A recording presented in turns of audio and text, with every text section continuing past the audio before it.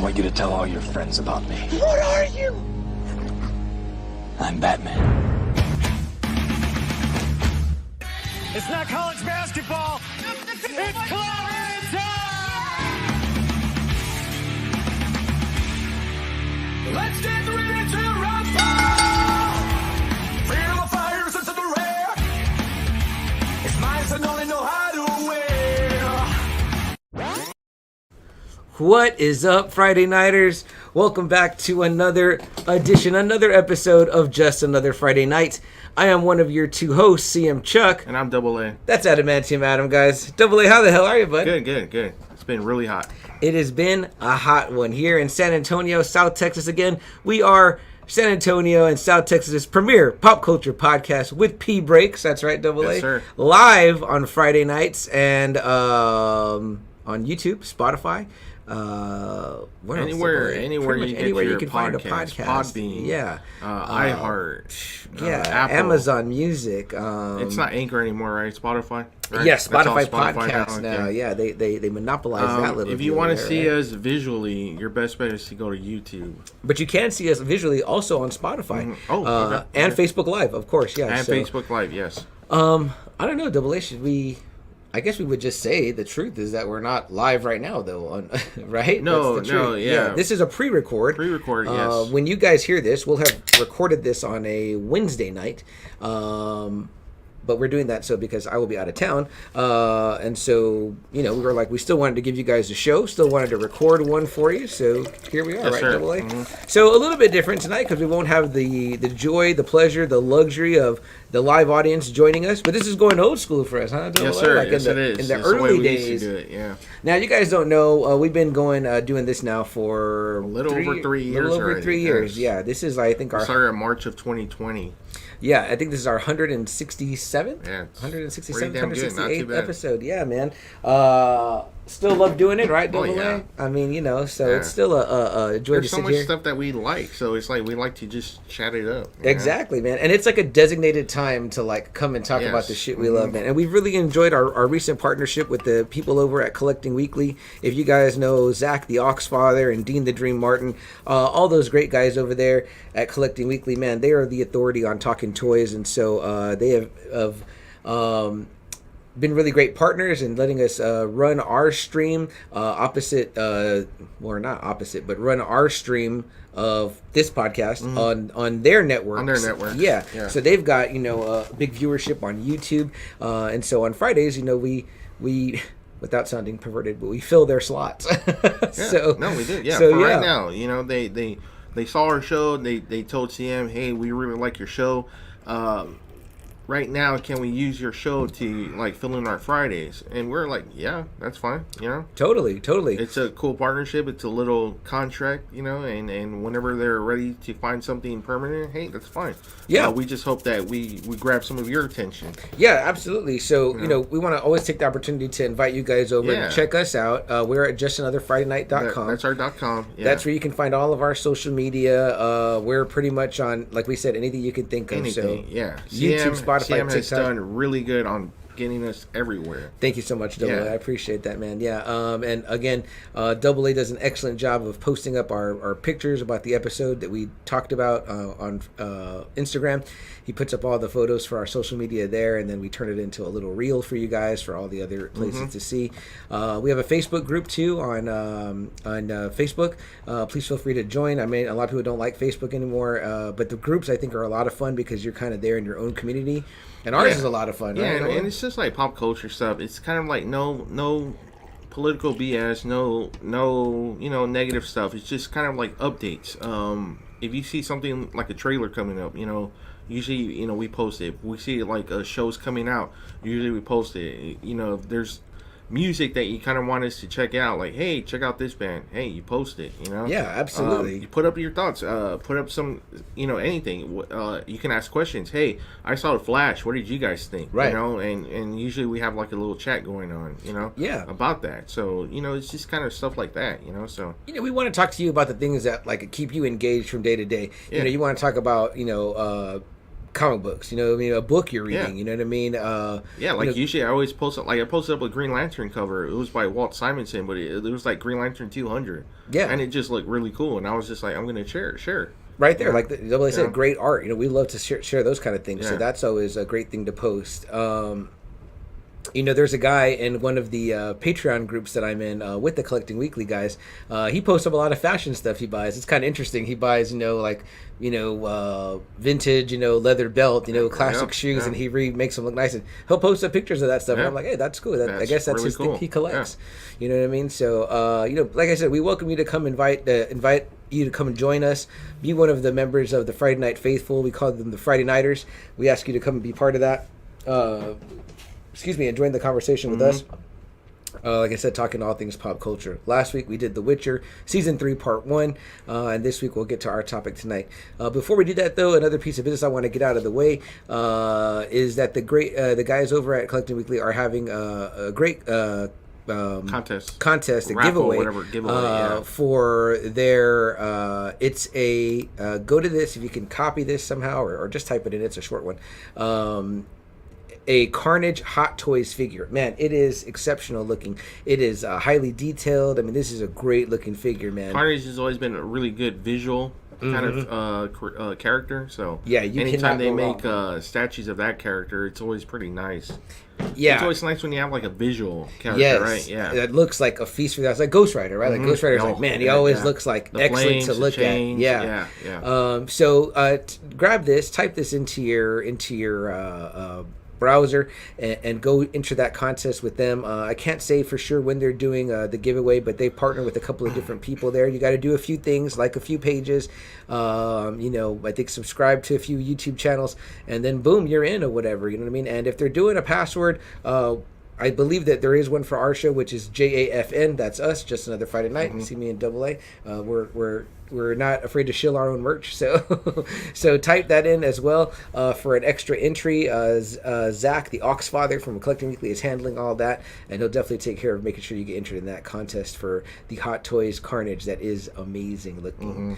So with all that done, Double A, we got the housekeeping out of the way, as they say, yes, right? As Stone Cold says, we paid a couple of bills. Them gimmicks in the mail, they keep calling bills. Adrenalize me, Double A. Was there anything new in the world of pop culture this week? Apparently San Diego Comic-Con, still, I have to say, still the big dog. It doesn't have all the stuff that it used to, because Disney obviously does its own thing now, which kind of sucks, because that used to be like the focal point of San Diego, so they kind of took that away. And I think DC does their own thing too, I believe. Right. But I mean, still, it's the big dog. It's the big Comic-Con. It's the one that every other con aspires to be. It's when you want to make it big, it's like we want to be bigger in San Diego. Right. So right. Yeah, and that's this weekend. It's this week. I think I think their Comic Cons aren't weekends. I think they're week like long? Almost weeks. Yeah. Wow, that's like South by Southwest. Yeah, like Alex Ross and Bill Sienkiewicz have like a whole thing of just like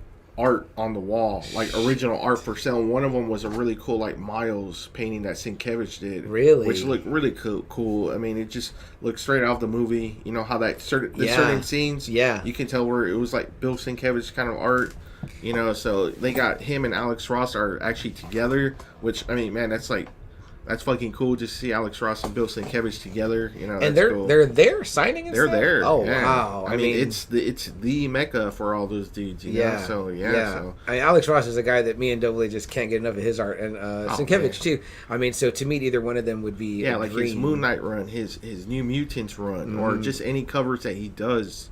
They're always really damn nice. So I got the really great Across the Spider-Verse poster that you were admiring from the AMC. Yeah, I love that one. That was a great poster. Yeah, I was like, man, a really excellent poster. I mean, that's something that if I got to meet him, I'd get him to sign that. You know what I mean? So, for sure. And then a little bit, too, I saw that they were going to show, like, I guess, like a new movie featuring Red Sonja, the character Red Sonja. Which I was, cool. Like, really fucking ecstatic about. Like, I love the character. She's, a female, like, barbarian kind of, like, she's like a Conan. Right. She's just as violent, as Conan, maybe have to tweak her origin a little bit, maybe, because I don't think it would carry over to what it is now, Okay. In the origin, her village gets pretty much massacred. Okay. The only thing is she tries fighting back, but her character gets raped Oof. and left for dead, which I don't think that would be a really good one anymore. They're gonna go with that. And I hope they don't. I really hope they don't. Yeah. But that's the way it was, and then she sees kind of like a goddess or whatever, and makes her a deal. I'll make you, stronger than any man, and you get to live, and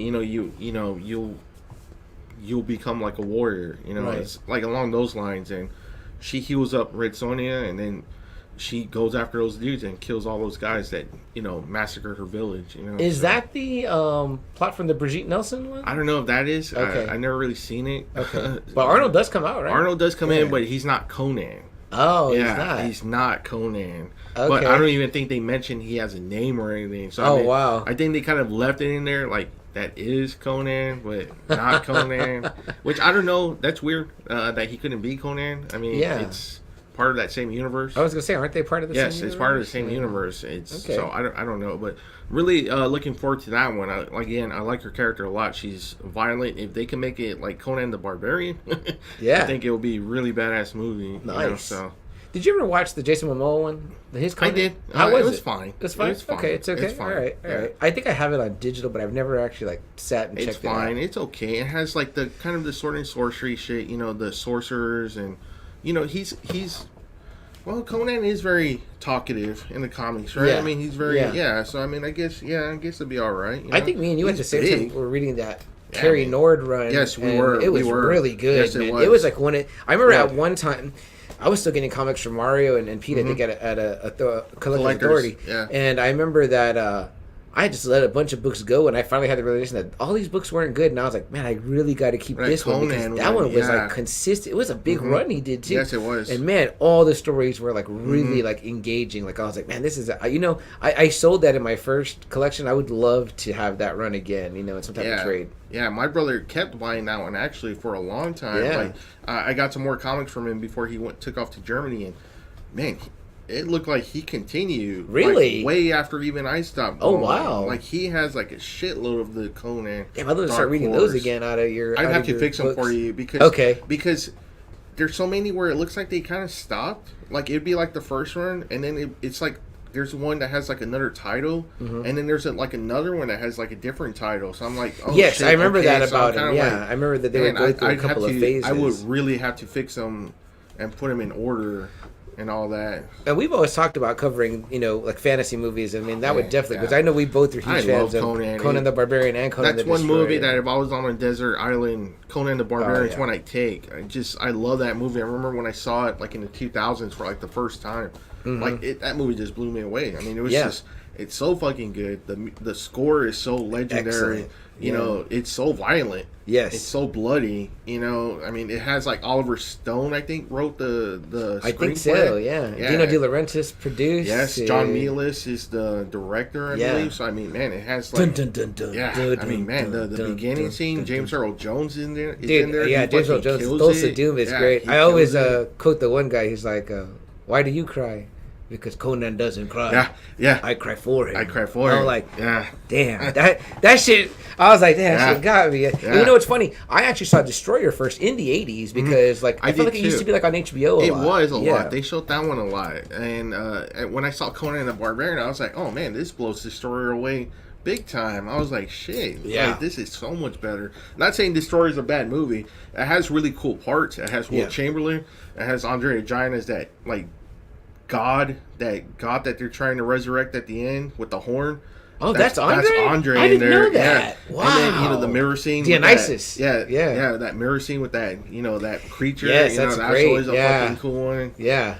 So yeah. The king, that whole thing I think I love too. Olivia Diabo, I love her. Yeah, she's great. I got the pleasure to meet her at a con at Alamo City. And I got to meet Valeria. Really? Yes, at a con too. Very cool. So I have hers autograph on my Conan the Barbarian poster. Oh man, that's awesome. And she even put, do you want to live forever? Do you want to live forever? So I was like, shit, that's awesome. I felt the same way. It's kind of like, Barbarian is the better movie, no doubt, but Destroyer has a lot of good parts. I have a soft spot for Destroyer because of the kid and you know thing. What? And he probably has more of the Conan personality in Destroyer, probably. Yeah.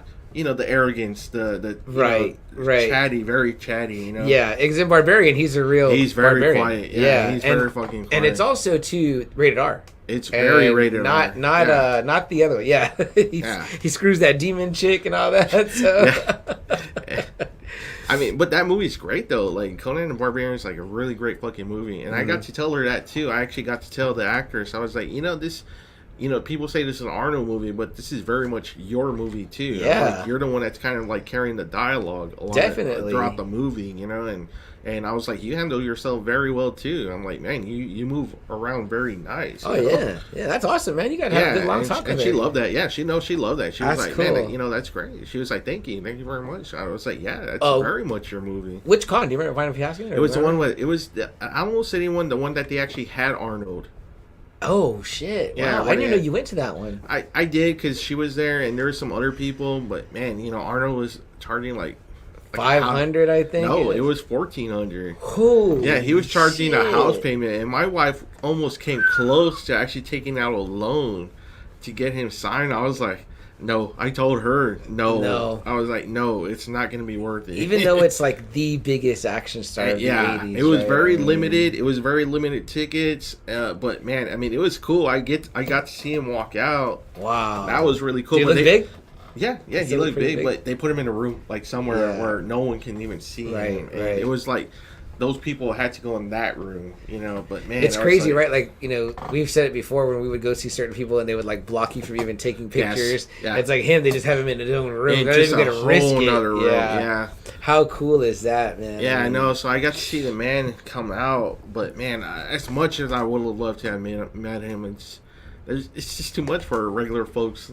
Yeah, that's for all that. To take out a 1,400. That's insane. I mean, it was that much. I was like, fuck, that's a lot of money. I think I said the biggest action star of the 80s, but probably 80s and 90s. I would say 90s too. Yeah, 90s, he killed it in the early 90s. In 92 was T2 and then you got True Lies. You got Eraser. I mean, man, he killed it in the 90s too.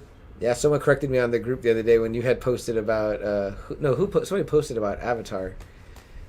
No, you posted about. I think you posted a T2 clip. I think. Oh yeah, the alternate ending. Yeah, the alternate ending. Yeah, which was cool. Yeah, and I said, I think my comment was James Cameron's last good movie, and someone was like, "No love for True Lies." And I was like, "Oh shit, I forgot that one." I was like, "No, that one was good too." But I'm not saying Titanic wasn't good. No, I always forget True Lies is a Cameron movie. Yeah. It's so different. It is a Cameron movie compared to the 80s. Yeah, it's like a straight action movie. It's an action movie. I'm like, wow. Which I had heard he wrote a lot of First Blood Part 2. Really? Yeah. Huh. But him and Stallone got into a disagreement, and I think Cameron has said the action is his, but the story is Stallone. Interesting. Yeah, and then he ended up doing the one that your guy. Chuck Norris. His Vietnam movie. Delta Force? No, I want to say it was another one. He actually wrote the screenplay for that first one. I don't think it's Delta Force. He has like a trilogy too, Chuck Norris.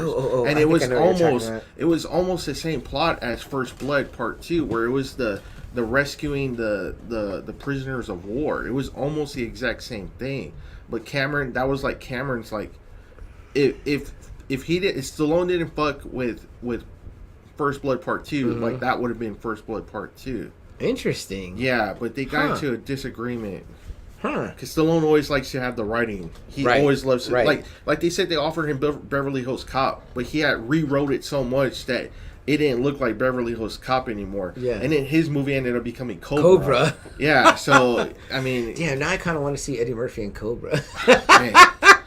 I mean, but you saw who the winner was in that one. Yeah. Obviously. Yeah, Beverly Hills Cop crushed it. It crushed. Yeah, so, Cobra is there, but yeah, it wasn't like a big fucking... That's definitely not one of the Stallone ones I think of that much.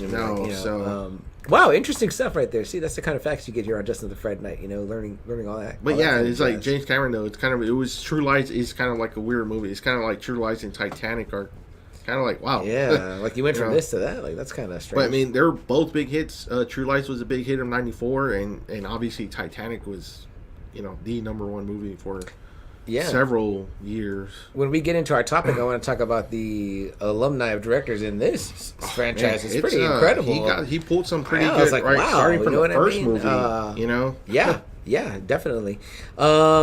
Anything else, Double A, that kind of stood out to you? I know we're kind of midweek. We didn't really make it all the way to the end. Again, if you're watching us, joining us now, or seeing this, it's this What is We Do in the Shadows. Obviously, that premiered last week.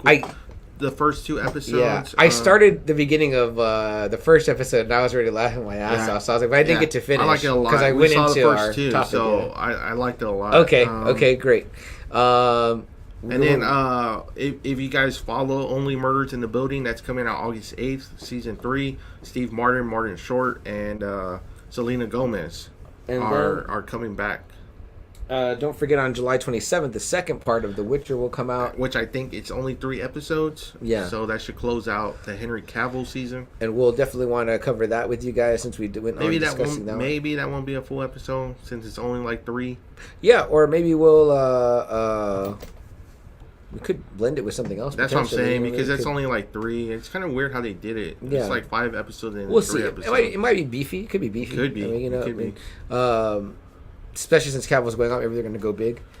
What else, Double A? Man, I'm a little bit behind on my Superman and Lois show, and unfortunately, I had a piece of it spoiled for me. But in an okay way, because it was like somebody put a piece of a clip of a battle, and actually they introduced Doomsday. So I was like, wow, and I saw it. I watched the little battle because I was like, that's all right. Like I don't mind like seeing this again in the show. Battle looked all right. But see, that's Doomsday could have looked a little bit better. That's something that just, man, I don't know why they keep like getting that wrong. Smallville got it wrong. I don't think you can just introduce Doomsday unless they had like a big storyline coming in. Yeah. Did they or no? Or it was just kind of like I'm a behind. surprise. I'm too behind to know. But even then, that might still be like, wow, you just popped Doomsday in, and then obviously, was it Batman versus Superman? Yeah, that was They terrible. fucked up Doomsday, especially the look. Like you can get the look right. Really, I kind of feel like Smallville had the best looking. They did so far. actually. They actually tried keeping it to the comics. The little glimpses that you did see the bones coming out, right? Which for some reason the movie just totally ignored. Yeah, and this one had bones too, but he looked still kind of different. Because Doomsday has a good look. He has a does. good visual look, especially when he's got those long ones out of the shoulders, the big ones on the knees. You know what I mean? Like, man, why do you? And the big ones on the elbows, the big spike, the bone spikes. Why do you like, keep ignoring those aspects of it? Especially the little cages on the eyes that always look like fucking scary. Doesn't Superman end up breaking those? Which is like fucking. But cool, still, it's like, man, something like that, man, you gotta give like that. You gotta almost like beef it up like they did in the comics, like kind of little by little, Yeah, I would do like do the fucking punching where they show it crash landing on Earth, and he wakes up and he starts punching. You're like, people will know that's fucking Doomsday coming even out. if you introduce that like in the last like few seconds of like, let's say like a 3 or 4 episode arc, you'd be like, oh shit, it would like get people so hype, you know what I mean? Or talk about an end credit scene, right? Double A, because that's how it went, right? He was only on one page. Yeah, it was only like kind of like teased every now and then. Yeah. I mean, so it's like it'd be cool to see him in the green. Oh yeah, definitely. In that bodysuit, whatever it was supposed to be, whatever they wrapped him up in. Yeah, there's something kind of happens earlier in the Superman and Lois show seasons where they introduce a character that's kind of wrapped like that, and you're like, oh shit, it's not Doomsday, but it looked like they did a good job on that. Where I was like, oh, it looks pretty neat. And they need to make him big. Yes, they need to make him really big. Yeah. So yeah, they hopefully they do it right. Hopefully. No, for sure. Anything else, Double A, that really stuck out to you? I mean, like I said, I know we're. I don't think we got any castings anymore. I think we already got what we got from DC. Yeah. It is funny though. I was hearing Rob Liefeld's podcast, and he was saying, once you start the reboot, please, he goes, I want the Super Friends Lex Luthor. I'm tired of the business Lex Luthor already. I want the Lex Luthor where he puts on the suit. The crazy scientist Lex Luthor. Yeah, he's like, I want him to go one-on-one with Superman. I'm tired of it. He goes, I'm tired of this businessman. I'm tired of this, kind of like brains behind the scenes. Yeah. He goes, I want the green and purple suit. What?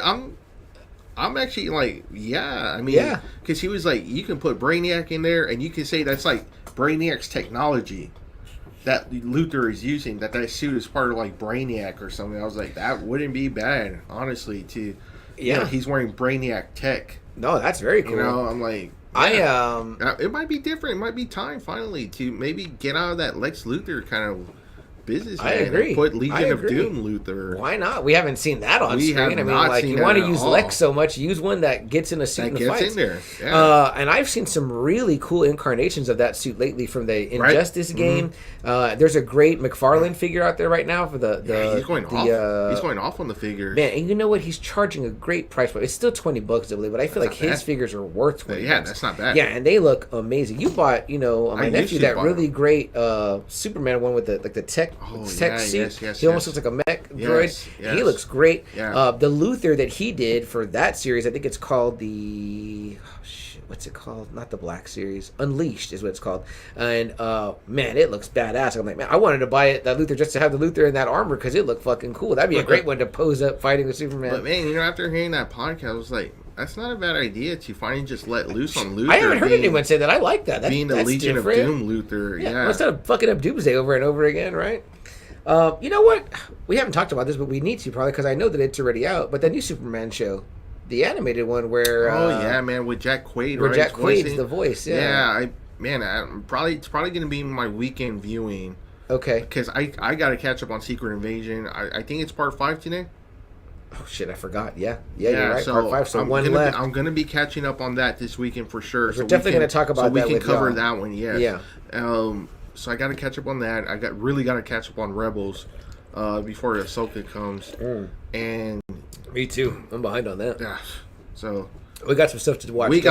Trust me, we're gonna be packed probably all the way till October. We got so much shit to cover, and I already stuff is coming. Yeah, I already gave AA one of my Halloween ideas, which I was thinking Halloween. Yeah, and then we got Dead City. I think that's wrapping up too. Oh, so, is it? Because it's only gonna be 6. Oh, then I need to catch up because I've been having them recorded, but I haven't watched them. So yeah, we're still huge fans. Oh yeah, of The Walking Dead, and we're gonna be watching the Daryl Dixon show, and we're gonna be watching the Rick and Michonne show. Absolutely. So if you guys have run out of places to hear Walking Dead podcasts, you can come right here, and we'll hook you up. Well, shit, AA, I think that's pretty good. Oh, real quick, you will be hearing this on a Friday, but today. Barbie and Oppenheimer. Yes. Barbenheimer, as some people have dubbed it. They're saying both of them are on track to make a shitload of money. I was like, wow. So people are really interested in Oppenheimer. Yeah, our good friend Anthony Caruso from Tis the Podcast is up in New York. And he is in a theater today watching Barbie, on today being a Wednesday. And he said the theater is sold out. So I'm like, that's for Barbie. So, and it's so funny because he actually has the Barbenheimer shirt with like Barbie and Oppenheimer, which it's funny them two opening together. And you know what, AA, I'm for it because I'm gonna mention this too. What we saw at the beginning of one of the movies we're going to talk about today. But you've seen where the actors come out before and talk, right? Mm-hmm. It happened in front of Transformers. Yes. It happened in front of this. Do you like that or do you not like that? I do like it. I like it too. Yes, I like it. My girlfriend had. And I like what he said too. He was like, like Tom Cruise pretty much says, like he's like, we make movies for the theater so you can enjoy it at the highest possible form, the greatest form that you can hear it. And I was still seeing, look, I need to see movies like that in a theater. Yes. If I'm gonna see like a biography movie, then I can probably skip it and wait till it comes to streaming. But man, if it's like action, if it's like really epic, then I still want to see it. Theater. And I heard that, of course, Nolan's a big fan of this too. And I heard that even though Oppenheimer is going to be kind of like historical, I heard that it is like he made it specific, for Nolan, like IMAX and shit Nolan like that. Does that shit. Yeah, he really wanted it to be like an experience when you saw it in IMAX. And of course, I'm sure the bomb when it's going to go off, it's probably going to be fucking the scope of what you're talking about. A real quick sidetrack because I saw this trailer before this, but did you catch the Napoleon trailer? Yes. What did you think? Can't wait, man. I can't wait. Dude, it's Ridley Scott. Yeah, right. And him and Joaquin, I mean, that's a dynamic duo. I've always been a fan of Napoleon Bonaparte, the history, the legacy, because we got so much stuff from his reign as emperor. We've kind of got a lot of stuff, a lot of legislators, a lot of shit like that because of Napoleon. We got most of the middle of the United States, Napoleon sold to Thomas Jefferson, like at a really cheap Price. You know, so I mean, he's a very interesting figure, definitely, in history. You know. Yeah, and Joaquin, I think playing it too is going to good. be great. Double A, could you turn the fan just a little bit towards you? Sorry, it's making my eyes dry out. Sorry, thank you. Sorry guys, we keep running a little fan in here because sometimes it gets a little warm in here. What was Jess saying about the? Oh, she was like, I don't really like when they talk at the beginning. Just Really? get to the movie or whatever. Like she's like, Well, I honestly, I wish it would cut more of the trailers. You know? yeah, to give us one or two good ones. or Yeah, whatever, man, you know? because the truth is, we're watching all those online anyway. They come out online first, and I'm watching it online. But I mean, you know, when you know there's going to be a 3-hour movie, yeah, especially if that's your runtime, trim it a little bit. Yeah, yes, man, it's like, oh great, 3 hours and 20 minutes is going to be like the real runtime, you know. I will say this, Double A, I didn't really feel that way in this one. For me, I was like, no, right, but still, it's like, you know, it's movies, long, but it had good pacing. yeah, it is, but still, it's like when you look at it though, like you go from 2 and it's gonna be like 5:30 when you get out, you know, it's kind of like shit, you know, like I know we went at 6:30 and we got it at 9:30. So yeah, like my brother wanted to go see Oppenheimer tomorrow, and I was like, you know what, since we're doing this now, I was like, can we please go on a Friday? Yeah. I was like, I'd rather be really relaxed and not have to worry about my bedtime. And chill. You know? Damn, it kind of sucks. Cause I was hoping if I don't know who's going to want to go watch that with me, so I was hoping I get to catch with you guys, but I'll be out of town this weekend. Yeah.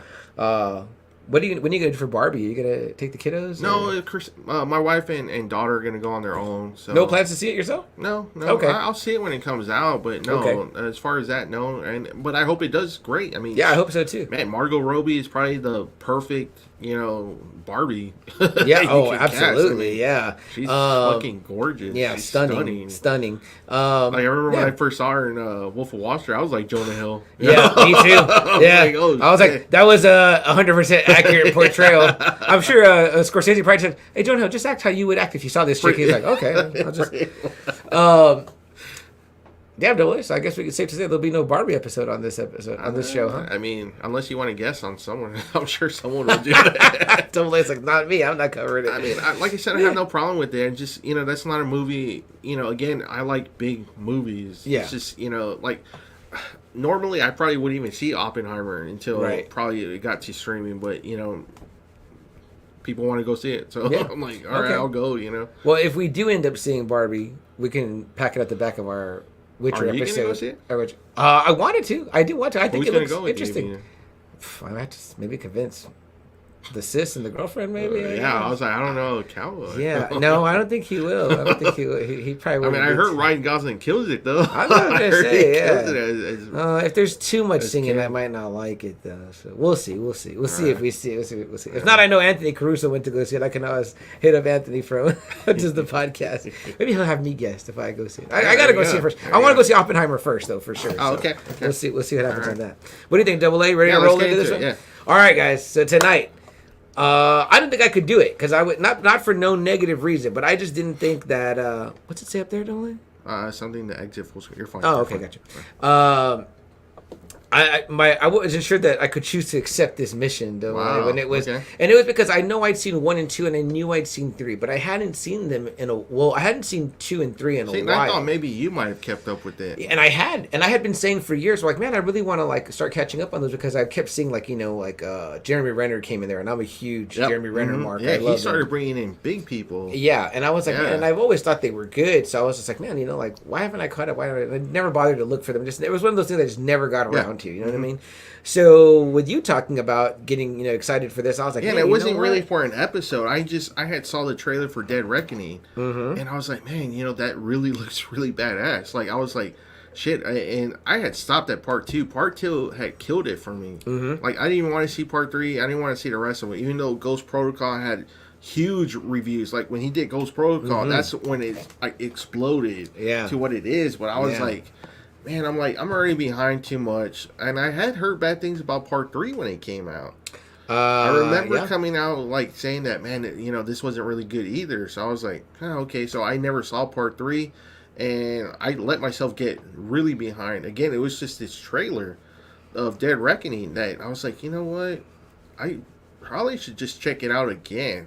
So I saw part 1, I saw part 2, which part 2 I was like, man, I'm gonna hate seeing part 2 again. Yeah. And sure enough, I did. But then part 3 really really made me love the franchise, which made me kept going. After I saw part 3, I was like, okay, I'm back into this. I'm ready now to see 4, 5, and 6. Yeah. And then once those got going, I was like, man, these were great.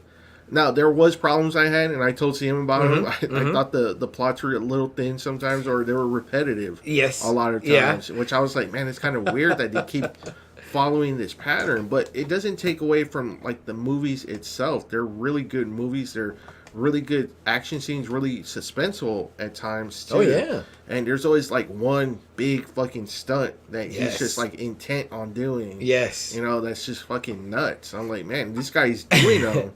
I saw this great interview, like I think I saw it on TikTok, and someone's talking to Matt Damon, and they're asking him about something with Tom Cruise, because he says he got to have lunch with him or whatever. Oh, right? wow. I don't think they've worked together. What? I know, I was going to say, But I don't think they have. he says that he's talking, and he kind of does a little impression, and he does it really well, right, Matt Damon? And he's like, so I'm talking to him, right? And I ask him, he's like, I ask him, you know, like, well, you know, the stunts or whatever. What do you think? And he goes, well, this is what I do, you know. He's like, I tell the safety guy what I want to do, right? And then he says, he's like, no, you can't do that or whatever. And then I realized what the problem is with this stuff, and so I go get a new safety guy.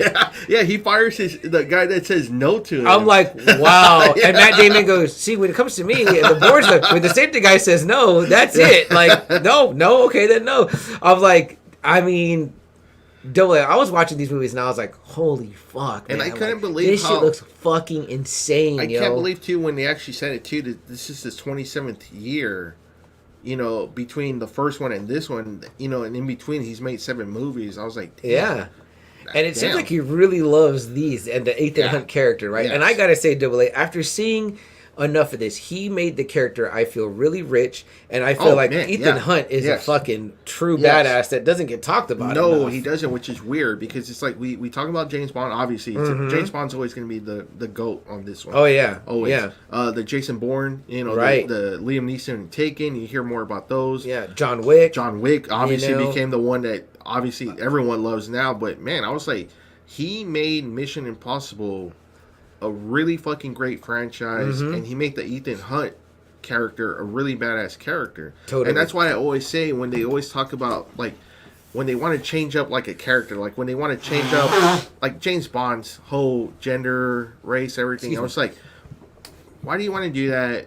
Why can't you just do, if you want to change a character, why don't you just make your own character? Make a new character. Make a new one. And I was like, you know what? Tom Cruise did it with this dude.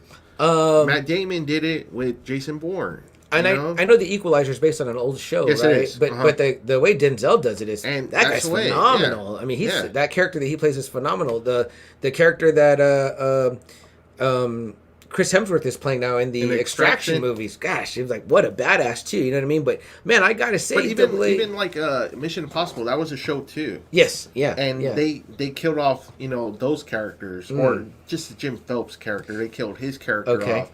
But you know, Ethan Hunt is a brand new character. You know what I mean? Like, they're like, okay, we're not gonna go Jim Phelps. We're gonna do our own character. You know? Right. So yeah. And my dad was a fan of the old show, so he's like, man, I've been watching sure those shows were good. I'm sure they are. Yeah. Yeah. So let's start with we're going to kind of not talk you through the plots at all. We're going to talk about what we liked, what we didn't like, and we're going to talk about, you know, the entirety of the franchise, whatever, and then I think we'll conclude 7 movies in Dead Reckoning. Yeah, which is huge, right? AA 7 movies. 7 movies. I mean, you're kind of getting on. Are you kind of barking on Bond territory? You know, a little bit, because Bond is what, 22? They might be more. Might be more now, right? Did you ever catch the last one yet? Have you caught it yet? I haven't seen it either. Daniel Craig's kind of killed the Bond character for me. There's no time to die. He just like, it's like almost every movie, he's like, he wants to quit MI6, or he wants to leave, or he does leave. Like, he's left at the end, almost at the end of Casino Royale. He came back in Quantum.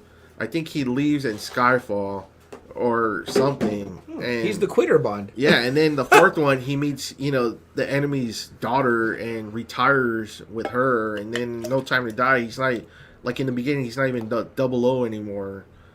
So I'm like, and then I think he dies in that one, which I'm like, wow, you just committed like the ultimate travesty for me. You know, you don't kill Bond like ever. I don't care who you are. I didn't even know that. I think he does. Wow. And I was like, wow, you fucking rank below now. I'm like, you're number 6. on my Bond list. At number 6 at MI6. Yeah, I'm like it's and Connery, it's Pierce, it's Dalton Moore, Lazenby, and then you. Damn. And he started out strong too, Casino Royale. And he has a kid. I'm like, what? Wow. Like, enough about the poor unfortunate Mr. Bond. Yeah, Let's no talk about shit. the rich and prosperous Mr. Hunt. Mr. Ethan Hunt. All right, Double A. So what's the year? Remind me for the first one. The first one is 96. 1996, Yes. right? So I'm a freshman. He was a young 33 years old at this movie. I'm a freshman in high school. I didn't know this then, and even if I knew this then, I don't think I would have known what it really meant. But I know this now when I watched it this past couple of days that I rewatched all my way through all these movies and enjoyed it. By the way, it was not a Mission Impossible; it was a Mission Very Possible that I'm glad I did. But Mr. Brian fucking De Palma directs the first one. Brian De Palma, Scarface, which is kind of like a Blowout. weird choice, right? But then when you look at the tone of the movie, it's like it kind of makes sense. It's like okay. Yeah. And I was telling Double A, I said, man, I forgot how much I really love this movie because I've seen it a bunch of times. Parts, super iconic parts. Iconic lines. So many too. that was like copied. Yes. Oh, yeah. Totally. Totally. You know, Emilio Estevez in the beginning as well. Which they really wanted him because, you know, when he dies in the movie, spoiler if you haven't seen it, when he dies in the movie, they were like, they wanted to give the audience that kind of like unexpected, like holy shit, Emilio Estevez just fucking died almost in the beginning of the movie.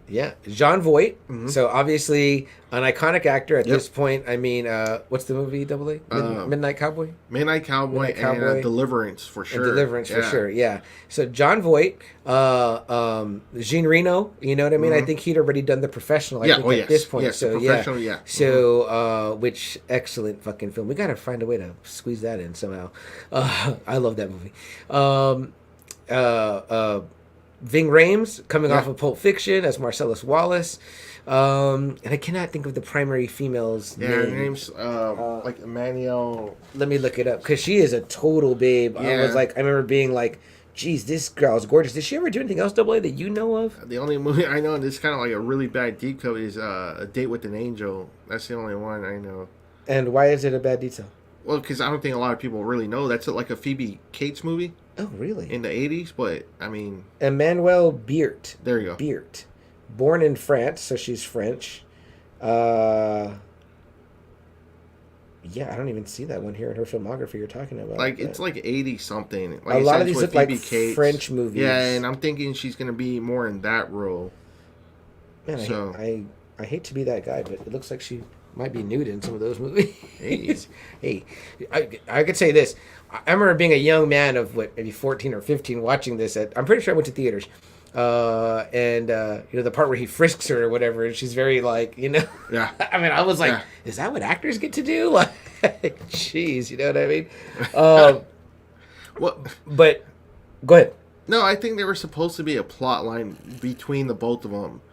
But they nixed it. They're like, no, it's gonna be too much already. The story's already packed. About the maybe the love triangle. They wanted to throw on the love triangle, but they're like, no, this story's already too much. I like that they left it out. Yeah, me too. I like that they left it out. Me too.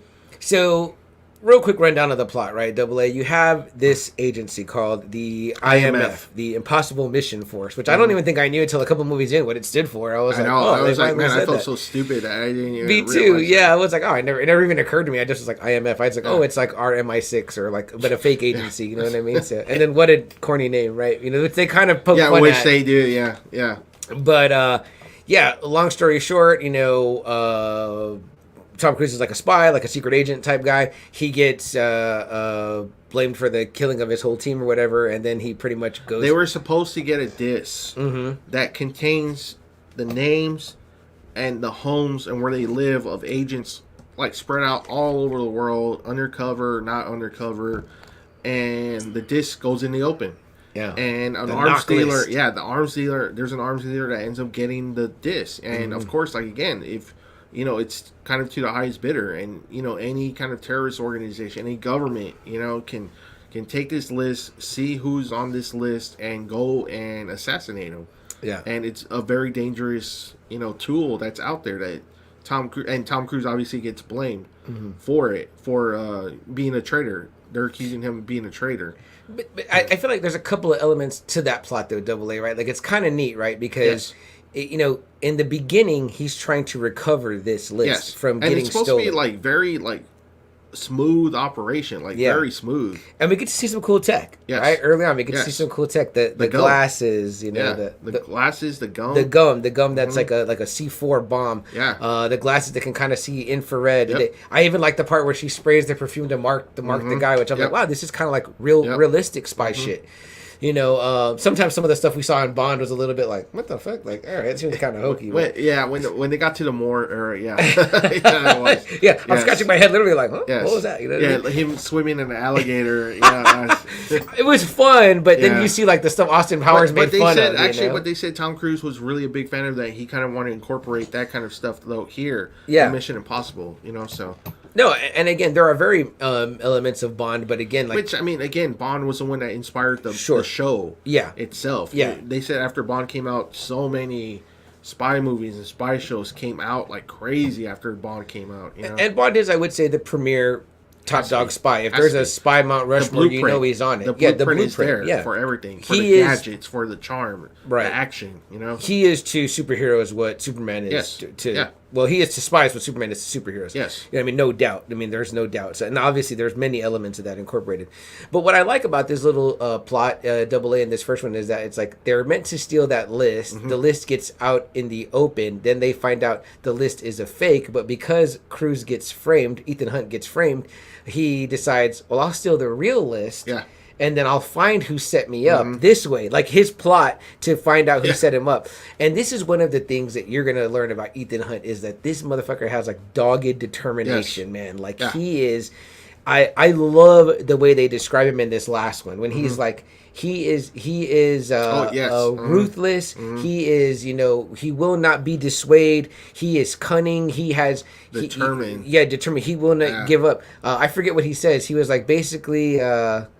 he said it really cool or whatever. Yeah, he did. Basically, makes it sound like you don't want to fuck with this dude, right? Like and not that he's a badass, but that like he will outthink you, he will outsmart you, and that's another really great element of these movies. That there's a lot of really smart things that happen, like twists and turns. That isn't all just like. Where John Wick is a fucking badass in hand to hand, and he's a fucking great fighter and a great killer. But there's more to Ethan Hunt than that. You almost get the impression he doesn't like to kill. That killing is like. Kind of a last resort, you know what I mean?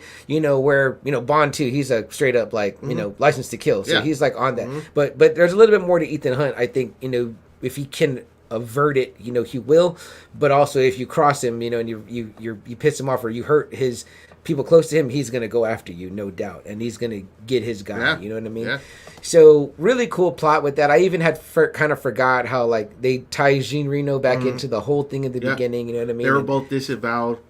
Yes, and Luther. Yeah, again, Ving Rhames is great as Luther character. The only character I believe besides Tom Cruise that's in all of the movies. Yeah, them two are the only ones. Yeah, which is really great. I love that he gave Ving Rhames all that love. Like, that's crazy. Yeah, that's just a character that you wouldn't have thought would be coming back over and over and over again. But and also too, how about this, Double A? You get like this big black guy or whatever, right? You know what I mean? Ving Rhames great as Marcellus Wallace in Pulp Fiction. My favorite film of all time. But and also like him in Baby Boy, which is pretty fucking. And I just saw him in People Under the Stairs. I forgot he came out in that movie. Nice. Yeah. Isn't he also in one of the isn't he in one of the Halloweens or something like that, or one of the? I thought he might be in one of those. I don't think so. Either way, or I thought he was in one of those horror franchises. He came out somewhere. Like I said, People Under the Stairs is. Well, so. Yeah, that's true. But he cast him as like a hacker, like as a tech guy, like a computer guy. He's not like this like muscle or burly badass. You know what I mean? He's the Feeney's freak. Yeah. That wonderful piece of work. Yeah. I was like, so good. In that, of course, Jean Reno is also great. The little there's little choices in this movie that are made. Obviously, you get the iconic scene, just the whole breaking into Langley, right? Yep. How great? Yeah, when he describes that. When he describes that whole moment, the plan, and they show Big Rain's face, like, are you fucking kidding? right. And then Jean Reno, why don't I just fly into Fort Knox and load up, But what I love about it too is as Tom Cruise is describing it, it's showing it to Ethan Hunt's describing it. It's showing you what would happen. You know what I mean? Yeah. And you're like, wow. The room is like at a constant 72. It's like noise sensitive, temperature sensitive, weight sensitive. I mean, it's like. like this room is like fucking secure. And this plot will continue throughout the films, Yes. right? The impossible, in a Yes. sense, mission, the break-in, or the impossible vault, or the impossible fortress to penetrate, which is great because it's like it while it is recycled, it doesn't get tired because you're like, It doesn't, what now? What no, will be the thing yeah, now that they have to, yes. and how will they overcome that? Yeah. You know what I mean? And it just leads to some great sequence, which obviously in this first one is the kind of, you seen the classic Tom Cruise, falling man. inches off the ground Yeah. on the wires, Ooh. which is such a great scene. I wonder That how much of is. that he did. Probably all of it. All of it, probably. Because he just seems to genuinely love that He shit. loves that shit, yeah. But I remember, the little stuff, Jean Reno in the duct sneezing. He's like, radio silence, you know what I mean? And the way he rubs his nose, and it's like, he's got that big schnoz, you know what I mean? So I think there's really great choices by De Palma, too, like in the directing, where he's like, really got it dialed in. Yes. John Voight's great, obviously, because John Voight is just great. Obviously, though, that was kind of like, I didn't know this at the time, and I didn't pay attention at the time, but they said a lot of the hardcore Mission Impossible fans hated what they did with the Jim Phelps character. The Jim Phelps character was the leader in the Mission Impossible series, and they could not believe that they turned this character that they had seen for so long into a traitor in this movie.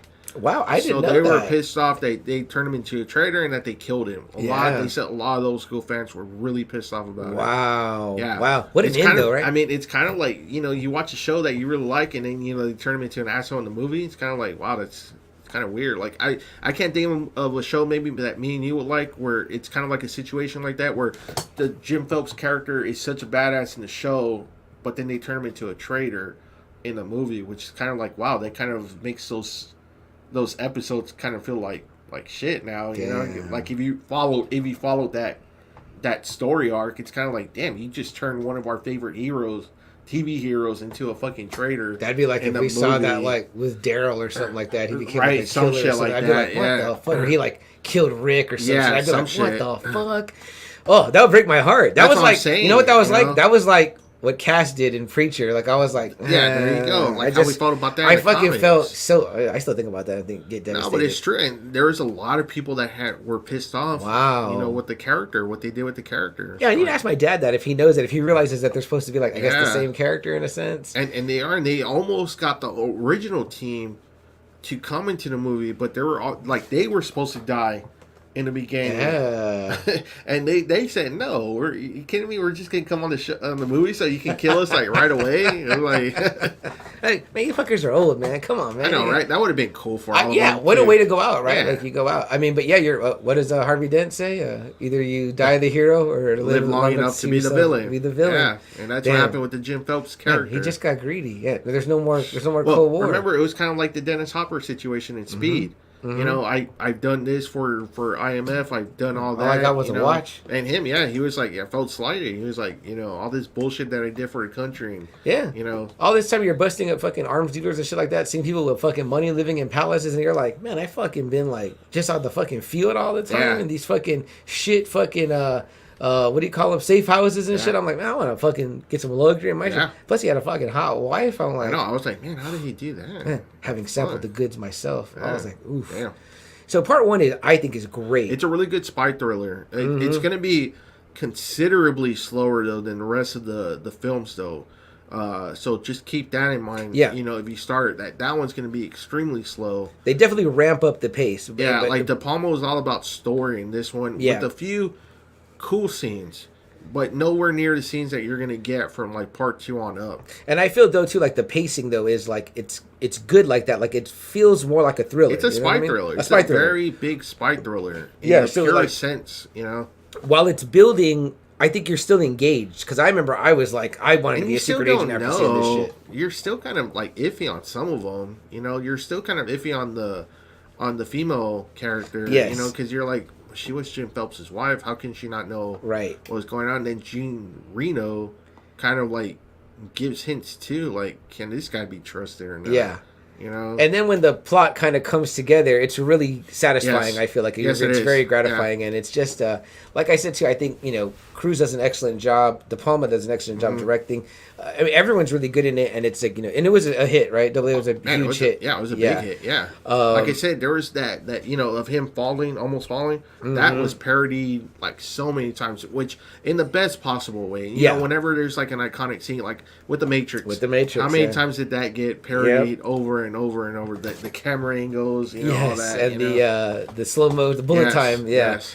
No doubt. So in the best possible way, parodied in the most honest, best way. Absolutely. So I think Mission Impossible 1 is an absolute classic. I mean, like again, it was I now one I'm of just his waiting best for it movies to for so long. Oh you yeah, know? I mean, yeah, totally. I think high rewatchability. I can't believe that I don't own it because I was thinking about that after this. I was like, damn, I definitely got to get me a nice copy of that one. You might want to wait 3 more years, maybe. So that way I get the 30th. whole thing. Yeah, that's not a bad idea. Just give me a big old box set. Yeah. Which leads us to, if there was a movie left out of the box set, Double A, it would be this next one. Yeah, man. I remember seeing it, and man, it was so much hype. I mean, yeah, hype was there. Yes, you had the theme song from Limp Bizkit, who was super hot. Yeah, and you had a brand new song from Metallica that was like big. It Just was as huge. Soon as I belong. Yeah, I mean, and the mountain scene, they were showing that shit like over and over and over. Him hanging from the mountain. Which again, is this the famous one too, where Ben Stiller did the MTV Movie Award? He was Tom Cruise, Crooze, and he looked hilarious. I mean, like Tom Cruise was all about it. It was like very funny, and yes, but that free climbing mountain scene is like, I was like, I know that there are people that do that shit for rock climbing or whatever you call it. They do that shit for real, and I'm like, fuck that, Double A, fuck that, like. That's just like what your upper body strength. I mean, and like I think that's I fucking read insane. too. I think I read too. What's crazy is that I think I read on IMDb that he kind of got the inspiration for that from Star Trek Part 5, when Kirk is mountain climbing. Oh, okay. And he falls, but Spock saves him. Shit. I don't know if you remember that part. I don't remember that part. William Shatner is actually mountain climbing in that movie. Wow. Yeah. That's fucking bananas. Like, free climbing, guys, where there's no, like, you don't have the ropes. Which is it's a cool just part like in that Star powder Trek. and It's you're, like they're on climbing. vacation and he's like hanging out with Spock and McCoy. Like they're camping out and they're just like hanging out. It's pretty cool. The Part 5 has some good moments. I need to check that out. I always say how much Part I love 5 has stuff like good that, ones. but I love stuff like Yeah, it that. has some good parts. But Part 2 is probably the only one in the franchise that he actually has a mission and he's actually good. Like they don't think he's rogue. He doesn't get disavowed. Yeah, nothing. Like they give him a mission, and he actually has the backing of the government. And what year? This might be the only one. Do you remember what year this one? That was, one might be 2000 or 2001. And the reason why I want to check real quick, which is guys, a big kind of gap, right, for between like such a hit with Mission Impossible. But then you know what? I forget. Stanley Kubrick, I think they said took 2 years of his. That's right, for Eyes Wide Shut. So yeah, MI1 is 96, MI2 is 2000. So yeah. Okay, he did it like almost right after finally done with Eyes Wide Shut. And so this is John Woo directing. John Woo off of famous for The Killer, obviously, with Chow Yun-fat. But them two are considered. That's considered one of the iconic director-actor partnerships. And no doubt, and that's great. And I also love Face Off. Face Off was like his kind of like big American debut. Yeah, which is excellent. But you see, he has a lot of hallmarks. Like Hard Boiled is another one yeah. that he's known for. I think that's also Chow Yun-fat, I believe. Again, I need to see those because I hear Chow Yun-fat kills it. Oh yeah, in those fucking movies. But this guy coming in is like, especially it was after Face Off, right? Because Face Off was 97. Yes. So you're like, oh man, it's gonna fucking so tear John it Woo up. Already, has that reputation. Tom Cruise is probably like saliving, drooling at the mouth, fucking. Yeah, let's get John Woo to do part 2. Sure. That seems like an obvious way to go. It seems like you can't go wrong with it, right, Double A? Yeah, and they didn't. Honestly, the box office receipts showed it. This was a massive hit. This fucking huge hit. The villain is played by Dougray Scott. You do say it like that. It's not like Dougray. Okay, it's not Dougray, right? Yeah, I forget how the fuck it's something like that. Like you're saying, it's not Dougray. Yeah, it's like Dougray, like Dougray Scott. And then I forgot that she was the female lead, Andy Newton or whatever, who Double A was reminding me does look like a young Zoe Saldana. And Andy Newton is also excellent in Westworld. She's one of the I had no problem with her with this movie at all. Wonderful. She was great in this Beautiful, movie. sexy. I think...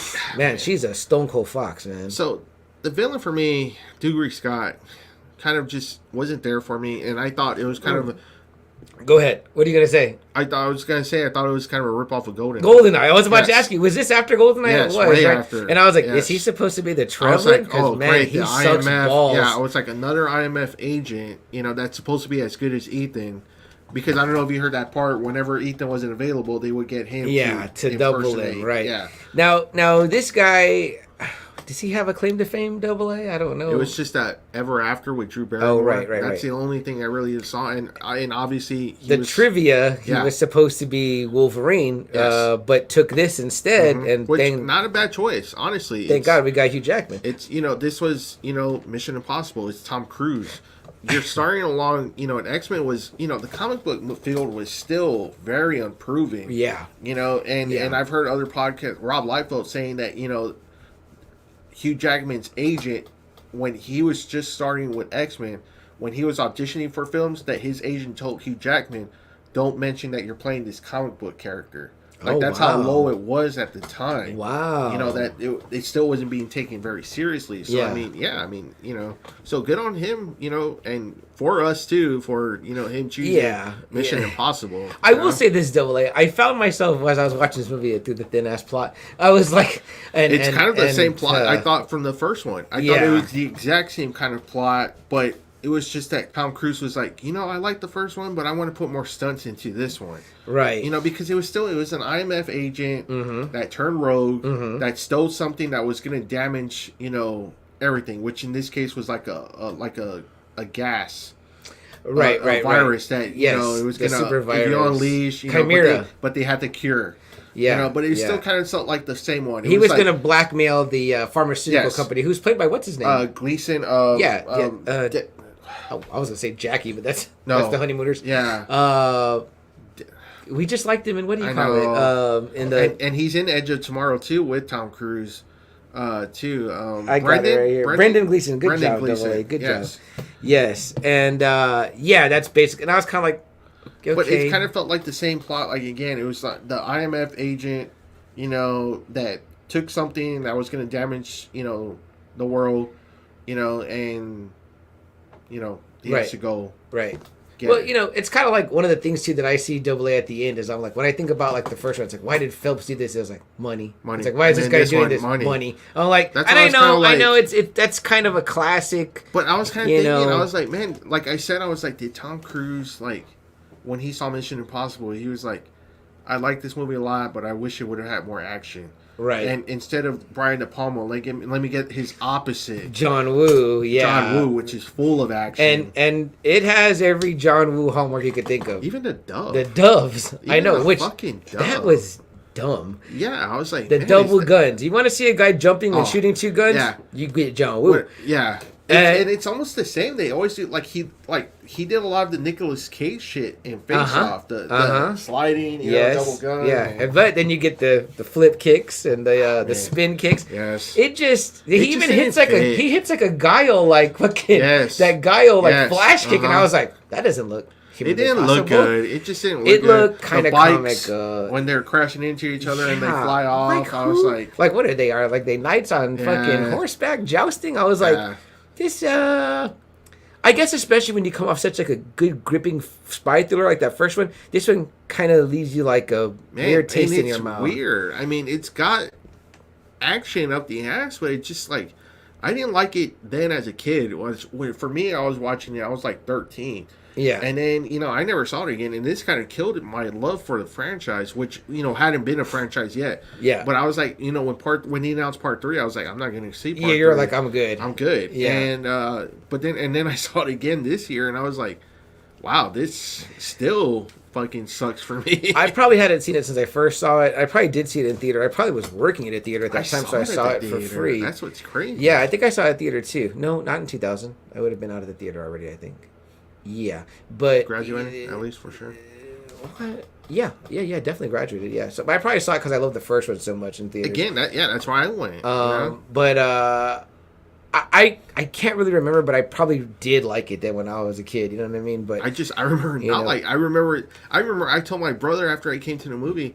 They ripped off GoldenEye. Excuse me. Like, that's what I told him. I was like, they just ripped off GoldenEye. I go, the main enemy is an IMF. His just a guy that's just as good as him. Right. Who didn't come off that way? He did not come off that way at all. He didn't. I was like, you didn't make him at all like badass. Like, like Sean Bean fucking kills it in GoldenEye. Yeah. You're like, oh damn, him and Pierce are like neck to neck. Him and his henchman, man, I thought they both just sucked ass. Yeah. Ethan Hunt blows this fucking guy away. I was like, real bad. You suck. I was like, you're supposed to be the next best. I was like, hey, you're trash. Yeah. And then what I was trying to say earlier, I couldn't I couldn't help myself but like trying to imagine him as Wolverine. Like I was like, I kept trying too. I was like, man, that accent is so thick that he has. It reminded me of the old X-Men cartoon where it's like Australian Wolverine, where he's like, oi, bold. Yeah, you know? there's an X-Men cartoon that Wolverine has like an Australian voice. Yeah, like it's from like, it's gotta be the like we laughed so hard when me and my brother heard it. We're like, we laughed so hard because it's like, wow, I don't even think that's even close to Canadian. Yeah, totally. I gotta fucking we gotta find a clip of that and post it on the group, on the Friday Night Faithful group, because man, he's like, it's me, Wolverine. Yeah, I was like, what the fuck? What? He's supposed to be Canadian. Like, what does he sound like that for? Like, did somebody think Canadian and like hardcore Australian were like his accent was like thicker than like Mel Gibson, like Road Warrior accent? Like, what the fuck? Yeah, but man, like, he just didn't come off like, and this is him supposed to be like all action, that actor, and you know, I didn't even find him that menacing, like neither. Towards her. Like I was like, you're not even like I don't know how I feel about you. He like cried when he find out the chick was begging Ethan. Yeah, that was like, what is this? Like, this is not like badass. Like when she takes off his clothes, he has like this fucking face where he wants to start jerking off, and then when he finds out she's banging Ethan, he starts crying. I'm like, man, this... It reminds me of one of the episodes of the Boondocks, right, where the younger brother, he's a big fan of this gangster rapper named Thugnificent, and then like he like sees Thugnificent like making out with another guy, right? He's like, that's not gangster, like that's not gangster. Yeah, I kind of felt like that. I was like, bro, that's not hard and spy. I was like, why did they make you cry? Like, I was like, was this I was going to say Ang Lee. Shit, I'm thinking about him from fucking ruining the Hulk. I was like, John Woo, who ruined fucking Ethan Hunt. I was like, I thought so. I mean, Tom Cruise kills it. Yeah. He is really good in that movie, but he's good. And there's a lot of things that John Woo does with the camera too, though, that like if you're not used to that, like that shit feels like janky. With the like hair, I wish he would have cut his hair, because I just can't see an agent having long hair like the way Tom Cruise does. I mean, if you're doing all that kind of shit, you think that would just get in your way. Yeah. Yeah, which I'm kind of glad he kind of has it more trimmed throughout the rest. Yeah, except that like the fourth one, it kind of grows back a little bit. He's in prison in that. Yeah, that makes sense. Yeah. But yeah, I mean, and again, it's like not that John Woo is a bad director at all. It's just that this is. I just didn't think it was a good fit. It wasn't a good fit, yeah. And then the story is not good, and then like I said, it's like the only time where he actually has like the backing of the IMF. Yeah, where he's not running from the IMF or anything. So let's move it quick delay to the third one, Mission Impossible, which is just Mission Impossible 3. This is before they start getting all the kind of like cool names. But in this one, and Ving Rhames comes out in part 2, like we said. Yeah, and Luther's great, of course, in part 2 also. Ving Rhames supporting Ethan. He doesn't have like a whole team. No, it's only like Ving Rhames and another dude. Oh that other guy, the pilot. That's about it. And that guy doesn't ever come back again. No, he doesn't. Yeah, and he was fine. I thought he was fine. Yeah. So we go to part 3, which has a guy that you might think like, oh, Dougray Scott, bad casting on a villain. Then you get this guy, and you're like, this guy's the villain. Philip Seymour Hoffman. But he did a much better job, although. We just did a much better job, period. Yes, he did. Like a vastly better job. Philip Seymour Hoffman, yeah. Rest in peace. He kind of scared me in this movie. Yeah, like, there's some moments when he's interrogating him, mm-hmm. he's like, what's your name? Mm-hmm. Do you have a wife? Do you have a girlfriend? Because I'm going to fucking make her. Yeah. I'm going to kill you. I'm going to kill her in he front got of you. real. Like, damn. Like, is this before Red Dragon AA, do you know? Because in Red Dragon, he is really good at being, like, cowardly. I mean, I think we all know now Philip Seymour Hoffman was just an excellent actor. Oh, yeah, for sure. Man, that dude kills it. But, man, excellent actor. Yeah, because it's a long gap between this one and 2 too. Yeah, because this one is going to be the year is. Oh, excuse me, everybody. No, it's fine. It's fine. But there's kind of like long gaps. It's kind of weird. Right. But then again, this guy's I guess busy. Like it was like 96. Then it's like 2000. Then I want to say this one was like either 04 or maybe even 06. Maybe like it's 2006. Yeah. So, wow. I mean, so a whole 6 years passes. Yeah. So it's like the first one's 4 years later. This one is 6 years later. You know, it's kind of like damn. You know. Yeah. So it's 2006, and he did Red Dragon in. I want to say too that had to have been around that same period. Yeah, it had to have been. Jeez, I'm looking at what talk about a great agent. I mean, this guy has. Yeah, he has his movies. Yeah, I mean. So it came out in 06. He had already done Capote, which he won the Oscar for, right? Is that the one where he wins the Oscar? I thought he won for. Yeah, that I'm sure one. he does. Yeah. Yeah. He'd obviously already done. I think he'd done. Oh, Red, there it is. Red Right Dragon there. was 02. Freddie Lounge. Wow. He was great in that. Shit. And then he was great in Boogie Nights. As well, Talented Mr. Ripley, Magnolia. He was getting Almost Famous. Almost Famous. That one I haven't seen. Shit, like he was in Patch Adams, Big Lebowski. Though we forgot Brandt. He's Brandt in Big Lebowski. Paulie. He's fucking funny. Hilarious. In that one with Boogie Nights Ben is 97, where he's Scotty, which he's great in that too, right? Yeah. Twister. Jeez, That's man, right. This Twister. guy's got a great. You know, I'm just looking at it right here, guys. Yeah, and then the Hunger Games. Those the kind of Hunger like Games his series, last. Cold Mountain. Yeah. Strangers with Candy. My sister loves that movie. Doubt. That was one that got a lot of, I think, critical Praise acclaim. and everything. Yeah, The Ides of March. Moneyball. He's great as the coach. He's the manager. That's right. Yeah, he's That's wonderful right. in that Yes. too. He's because it's really That's him and right. Brad Pitt like bickering it out or whatever, and you're like, holy shit, it's really That's great. right. Yeah, of course, the Hunger Games, where he's Plutarch. Yeah, so wonderful acting by Which when Philip Seymour I Hoffman. heard that too in part 3, I was like, Philip Seymour Hoffman. Right, because he's Like- kind of a chubby guy, and you're like, kind of like you'd seen him But with these it kind of works. sensitive When you guys. see the movie, it works. Oh, 'Cause yeah. obviously he's an arms dealer too. Uh-huh. So it's like, okay, cool. Arms dealer, they're just the bosses. They're not supposed to be like menacing or anything. Right.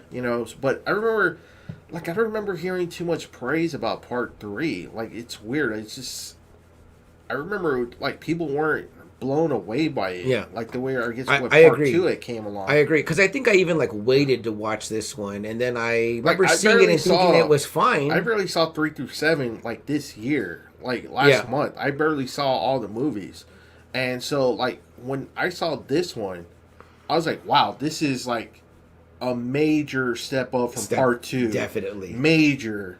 Like it didn't have the fucking all the action that part 2 has, which was great. Mm-hmm. It just had a really good story, really good pacing, and Philip Seymour Hoffman. That's the difference between when you get someone that could go out and do it, and sorry to say with Douglas Scott, but man, that was not for him. Yeah. That was not his kind of role. And I won't even say the guy's a bad actor. I mean, it just was not for him. He just wasn't good in that Yeah. one. And Philip Seymour Hoffman kind of makes you feel kind of nervous. And in this one, we get Lawrence Fishburne. Yes. Is in this movie, which again, in part 2, we forgot to mention Anthony Hopkins. Which I had forgotten completely. I'd forgotten that. Yeah. I was like, oh shit, Anthony Hopkins. And speaking of fucking Red Dragon, okay. You get Hannibal Lecter and Freddie Lounge. And then we got Billy Crudup yes, in this one, Crudup, too. who ends up being the villain. Yes. Yeah. And then I can never say the wife's name right. Michelle Monaghan. Monaghan. Okay. Yeah. Which I love her. Now we're talking about part 3 too. And, I loved her in Maid of Honor. I loved her in True Detective. I think she's the one in True Detective. With Woody Harrelson's wife. And the movie I've been encouraging you and your wife to watch, but not with the kids, Gone Baby Gone. Oh, she plays opposite of the younger Affleck. Casey. And she is astonishing. It is a fantastic film, guys. Gone Baby Gone, if you've never seen it. Yeah, so she's really good. She's like the love interest was kind of like right? a serious love interest. Yes. Which is kind of like that's the first time in the series. I wanted to just show Double A real quick, but the tomato meter, Rotten Tomatoes. I mean, not that we ever trust the critics, but this is how they have the movies. The number part 1 was about 64%. The green splotch part 2 57, then 3 71, and then the next ones 4, 5, and 6 93, 93, 97. Which those are pretty damn accurate, I would say. Except for part 1. I would give part 1 a little bit more. I would put it up higher, too, for me. Although I do agree with how they did improve. And it improves by leaps and bounds. Yes, yeah. Yeah, and I think it really starts with part 3. For me. Yeah, I agree. You know, I agree. This is the one that really... Because, again, after rewatching it, and after watching part 2 again, I was like, man, like, fuck, do I really want to go? I was like, people rave about Ghost Protocol. Just let me get past 3. And once I get to Ghost Protocol, it should be all right. Yeah. But, man, I was blown away by 3. Yeah. I was like, holy shit. I was like, how come no one talks about this movie? Right. Like, so much. It's really solid. Great. Again, you get a real sense of danger regarding his... They're married already? Or it's fiance? They're engaged. Yes. At this point. They get married like midway. Yes. Yeah. Mm-hmm. Which, I gotta say, at first, AA, I didn't like it. No. I was like, because I felt like this is like when they married James Bond. Like, James Bond doesn't get married. I was like, Ethan Hunt doesn't get married. I'm like... I would feel like he would be smart enough to know maybe that's what he wanted risk. to change, though. Maybe that was the thing for him. Yeah, but the only way that works is if you quit. Yeah. Like, so to me, there's multiple things I feel. I feel a little bit like it's a little bit selfish, like because it's like you're gonna keep working at your spy job and you have a wife. It's like that. It only takes one person to get that, maybe he and does a they're mission. dead. Maybe he gets 6 or 7 months off. Well, it kind of made me think about like Wolverine and Mariko. I'm like, were you gonna stop Wolverining? Because I was like, Wolverine. like motherfucker, you got people like Magneto and the Juggernaut after you. I'm like, oh man, nah, man, you can't be married. My nephew was watching. He's watching his way through the Spider-Man movies, but he's watching backwards, which is weird because he always does stuff like that. So he just got to he's watching backwards, but he's watching it backwards in a weird way. But what's he doing? Like Tom Holland to Toby, or I think that's what he's doing. I think, yeah, I think so. So he was watching the. He just got to the Andrew Garfield, the second one, Amazing Spider-Man 2, which the end is pretty solid. Or whatever. Him and Gwen, that parts are good. Oh, those parts are amazing. Especially when he's mourning her. Yes, yeah, and not even that. Brutal. Oh gosh, that's so brutal. I watched that part. I watched from his encounter with that shitty goblin to her death, and just like all that part, and I was kind of like, damn, like I had forgot, like in that movie, like she's already on the bridge, like gonna go to school, like, but he goes to tell her I love you, then all this shit starts happening, and I'm like. And he does try to keep her there, but I'm like, nah, bro, you can't have it both ways. You gotta not be Spider-Maning to have a woman. You know what I mean? So I was like, Ethan Hunt getting married. I was like, this isn't gonna be good. This isn't gonna be good for anybody. So I was 100% sure she was gonna die in this movie. I was like, this chick's gotta die. And I kind of knew she wasn't because I already had it spoiled already with the other movie, so I kind of already knew. Thankfully for me, I had no spoilers on any of this, so I was like, wow, so it was really good. I already knew she wasn't. Yeah, I didn't know like the Billy Cudrup turn or anything like that. Me neither. All that was like, I was all in on the Lawrence Fishburne thing. I was like, oh, that bastard. And then we pick up a new skill that he has where he can read lips, which becomes like, it plays a big part, I think, in the other movies. Which is cool too, right? Like the character of Ethan Hunt continues to develop too, right? The way, like, and that's another key thing about this that keeps you interested is that you're like, oh wow, this guy is displaying new skills. Did they ever really do that with Bond AA? Did they really ever? Mm-mm. I mean, he was always like a ladies' man. He always drank martinis. I mean, he was always a skilled fighter. But see, the thing with Bond is like it seemed like everyone knew who he was. Right? Like, the bad guys always hello, Mr. Bond. I'm like 007. Like what? They even know your 00 number. Like what kind of fucking spy are you? I'm like, yeah, it's like damn. Like, but then you got to think about it, right? AA. When somebody does something like that, like. I imagine there's obviously, I'm not naive to think that there's not a real world of espionage and all that. But if somebody like when they're like only one person in the world could break into this, is like, well, it's got to be fucking him, right? Yeah. I mean, like, look at. Terrible example, but like in fucking Fast and Furious, it's like the whole agencies can only think of like, who could do this? Dominic Toretto. Get him here to do it. The fucking I'm like car hijacker. Yeah, I'm like, so I would imagine it's like, there's like Ethan Hunt and 2 other people in the world that maybe know what the fuck to do. So I guess like, how much anonymity do you really have? You know what I mean? Kidding. So like that's why James Bond. Everyone's like, oh, it's James Bond. Here he is. You know what I mean? Yeah, it's like Spectre spread out the word of who he was. I was like, damn, all right. But yeah, Dole, so he's engaged in the beginning, and he's like living like the. They tell him that one of his trainees, who's become an IMF agent of her own, has gotten captured, and And it is Carrie Russell. Carrie Russell, beautiful Carrie Yes. Russell, yeah. And they're worried, I guess, that she might be spilling secrets, to Philip Seymour Hoffman. And so they want her. And to he's pull actually him out. training at IMF. Yes. He's not. He's not doing. He's not a out teacher anymore. Yeah, right? Yeah. But he gets convinced to go back in the field. And it's a pretty cool scene. Like him and Carrie Russell, like tear it up for a little bit. Yeah, and it's neat know? too to kind of see like another field agent like him kind of getting down, So that was pretty cool. I like that part. She ended up dying because they stick like a device up her brain. Yeah, through the nose, which is a pretty tactical device, right? Which they blow it. They up, detonate and it just kind of makes you like. And she looked ugly when she died. Like I was like, oh man. Which I was like, man, that's a fucking pretty deadly little like control tool. You know what I mean? Like similar to what like in the Suicide Squad they had like their brains wired up. And then obviously like some shit goes down and he gets accused of being rogue again. And they know that she sent him like a little video or whatever. Right. And it's. To her, it's information on Lawrence Fishburne that he's a traitor to IMF. Yeah. And so they have him, like, bound and gagged at IMF. And, that's when, Billy, the character, Kudrup, like, helps him, Who is also, we know him as Watchmen. Watchmen, if you ever seen Sleepers, he's in Sleepers. He's in that one. He played the Flash's dad in... Dr. Manhattan. Dr. Manhattan. But the Flash's dad in these movies. Justice League? Yeah, and no. He didn't play in the Flash movie. No, that was from Office Space. yeah. Damn, I can't think of his name. It escapes me, but whatever. Yeah. So like he plays it really well, and you're thinking, all right, man, he has an ally, and he tells him where to go, and all this kind of shit, and it leads into like China and all that kind of shit. That's another thing about these movies, right? Thus far, I would say they're beautiful locations. And all he the time. has said that. I've read in interviews that he wants to take you to places and show them to you.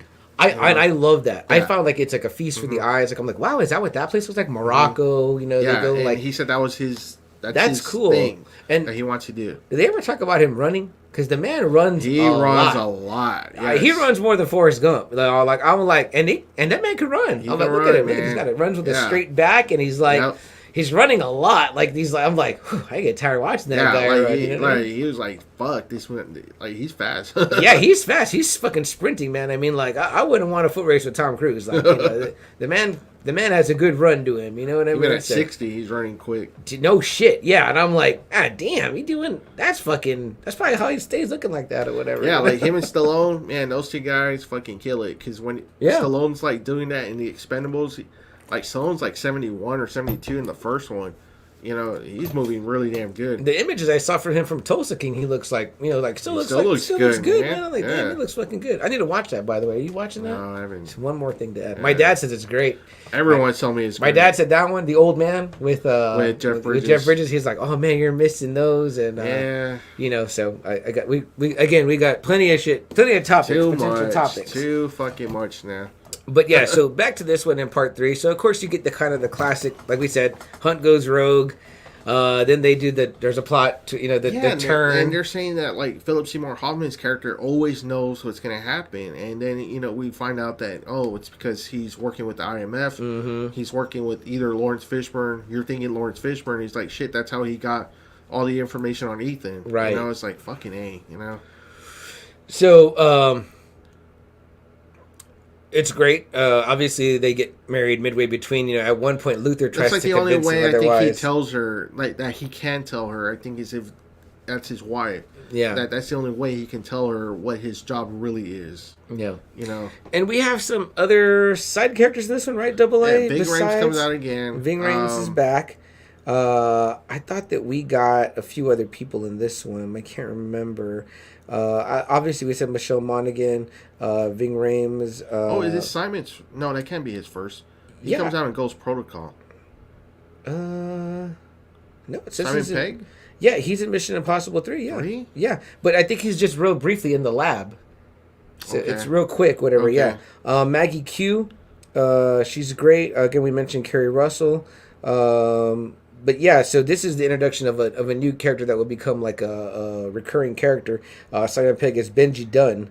Oh yeah, Jonathan Rhys Meyers. That's right. Yeah, That's the other big one in this. He's great. one. Yeah, because they're like kind of like a little Yes. team of like 5 almost, I think, or 4. It's just- Ethan Luther, Yeah. Jonathan Rhys Meyers, and the other gal. Wasn't there another gal there? No. Oh, that's until later. She comes out. Yeah. So yeah, it's just them. Yeah. Yes. I forgot. Even Aaron Paul comes out. That's right. He's the brother. He's the brother of Julia. Of Julia. Yeah. The soon-to-be wife. The soon-to-be wife. That's right.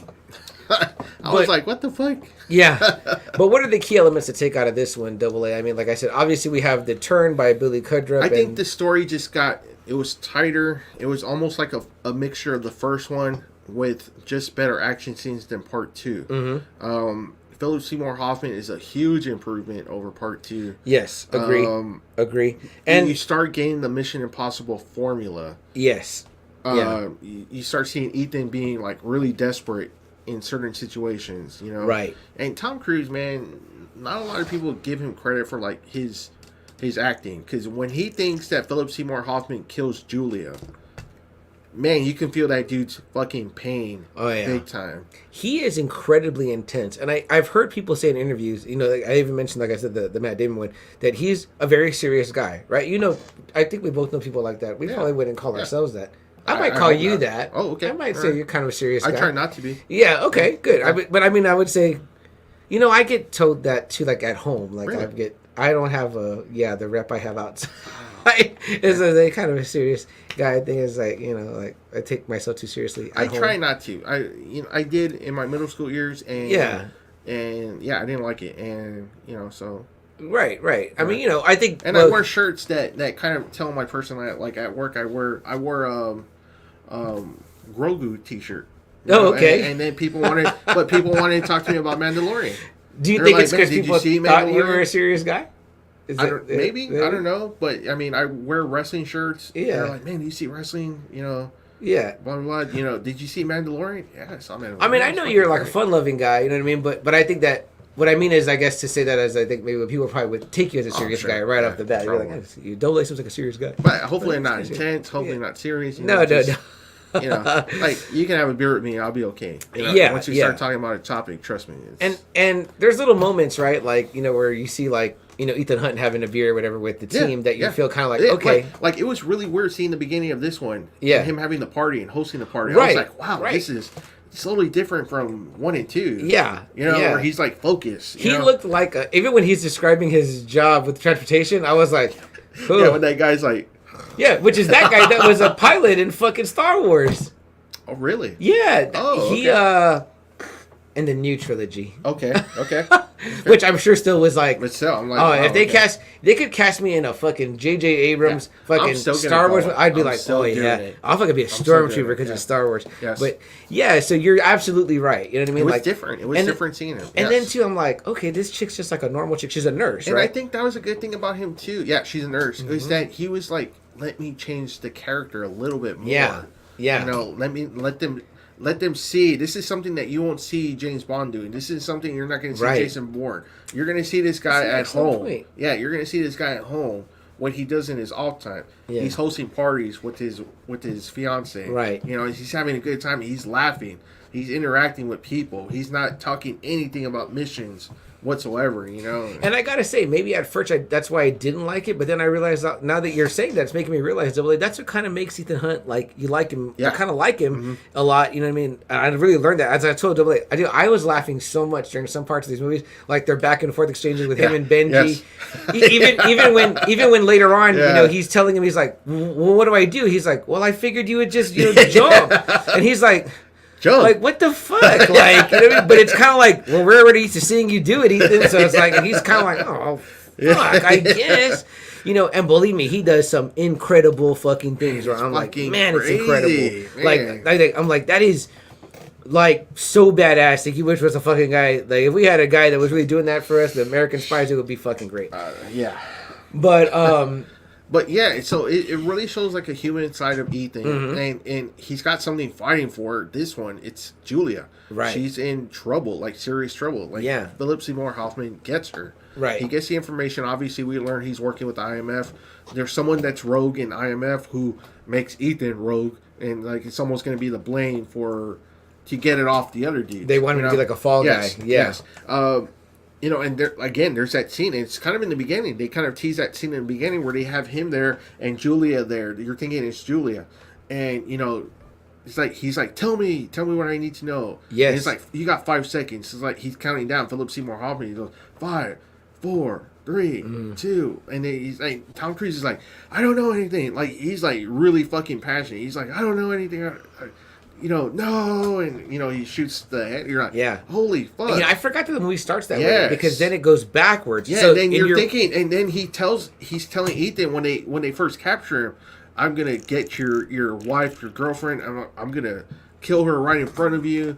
And blah, blah, blah. And you're like, holy shit. And then, you're like, well, shit, he does do it, because they showed it in the beginning. He does do it. Yeah. And I will say this, one of the hallmarks, in my opinion, of like a great actor is when I've seen you in other stuff, I've seen Philip Seymour Hoffman as his character in Boogie Nights, obviously as Freddie Lounds in Hannibal, where he's this kind of sniveling, kind of like, overweight, just like, pushover guy.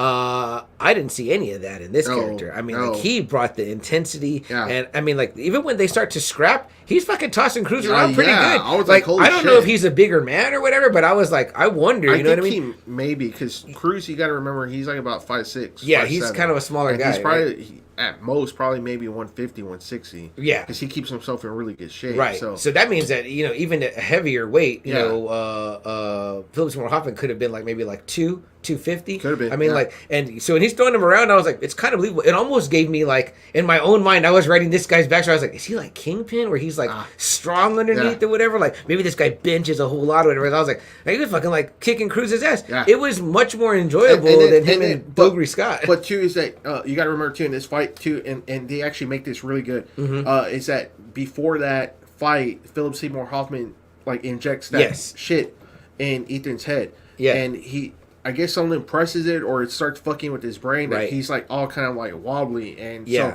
I was like, okay, cool. So they're not making it where like Philip Seymour Hoffman's not like overpowering. Right. He's all fucked up in the head. Yeah. And, once he kind of focuses, then that's when he starts kicking Philip Seymour Hoffman's ass. But I was like, no, that's actually really good. Because you wouldn't believe a trained like assassin like Ethan would probably get his ass kicked like that by an arms dealer. And even earlier in the movie, when it goes off in Kerry Russell's head, she's alive for a while, but she's kind of like, oh, does anybody hear that or whatever? And they're like, what are you talking about? What's wrong? And then she's like wincing in pain, like it's like she hears something inside of her head or whatever, which is obviously this thing that's like the detonator or whatever. It's like a little bomb in their brain or whatever. And then again too, like what I love about these movies, Double A, is that they put you in this situation where I'm like, how the fuck's he gonna get out of this? Yeah. Like I'm really like, I can't think of a way out of it. And so what becomes cool is that like he realizes, I think when it's happening to Kerry Russell, is it when it's happening to Kerry? He realizes he wants to do that's him himself. The defibrillator. He figures out he has to almost die. Yeah. In order for short it out. To shut it. Yeah. Like electrical. And Julia's a nurse. Like so he kind of kills himself. He's like, you'll bring me back. A few seconds. Yeah, and then she brings him back. Yeah, and she's doing it with like CPR. You know what I mean? So, and she does a great job.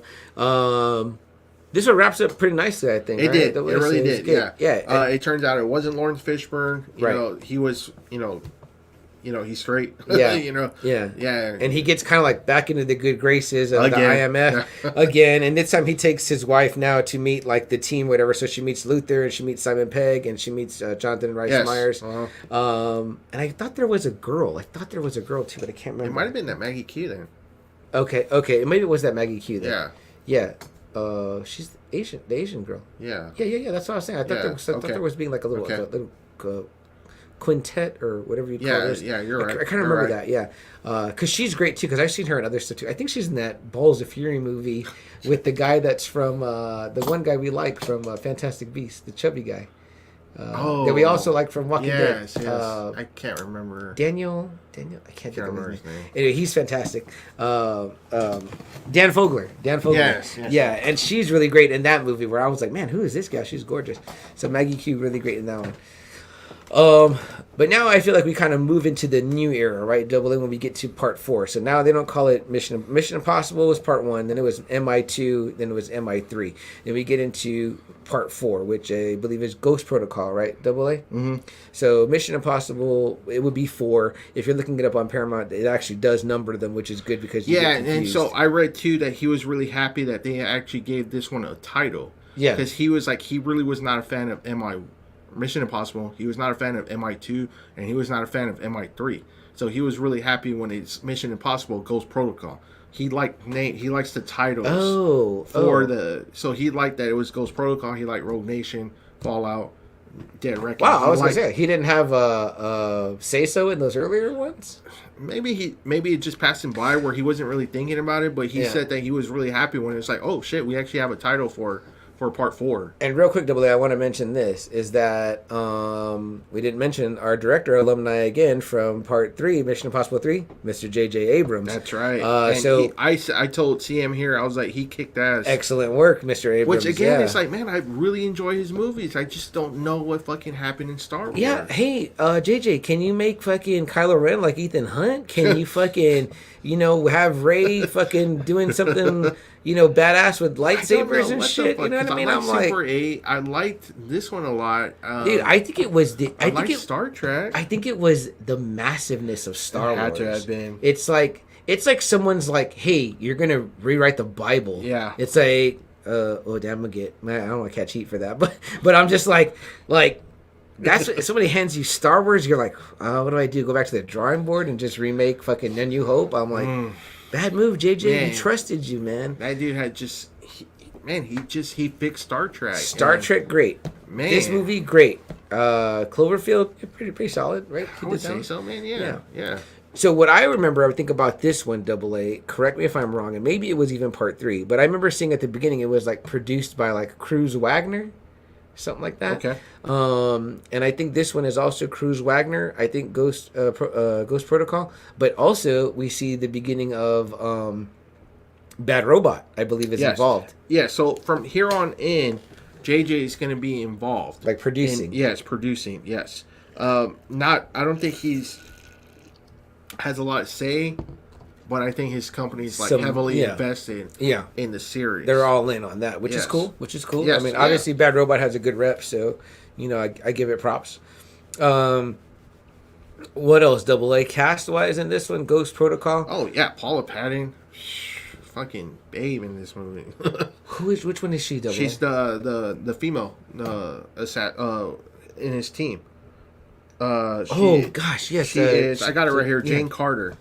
And this is when Benji becomes a field agent. Yeah. This is the one with Jeremy Renner. Yes. Where he comes into the picture. And Jonathan Rhys Meyers is out? He's gone. Yeah, okay. He was good. She just did the one and done? Yeah, I guess so. And Lawrence Fishburne's not in this one either. Right. Now we've got Alec Baldwin, right? Or not yet? No. Okay, sorry. My bad. And then we also got the her name is Leah Seydoux, I think, from the Bond movies. She plays the assassin that Sabine Moreau, the blonde hair chick. You remember the one that Paula Patton kicks out of the building of the hotel? Yes. She's from Skyfall. Okay. Or Spectre. Okay, damn, I didn't even know she was from there. Okay, great. Oh, yeah. Yeah, that chick was a total babe. But she's an assassin in this one. Okay. And then we got Tom Wilkinson. He's the secretary. One that gets assassinated. That's right. Big Rain comes again, and Michelle Monaghan comes out, but at the end. Yeah, and we have this guy, Anil Kapoor. I like him. He's Brij Nath when they get there later on. You know him at all? Did you watch Slumdog Millionaire?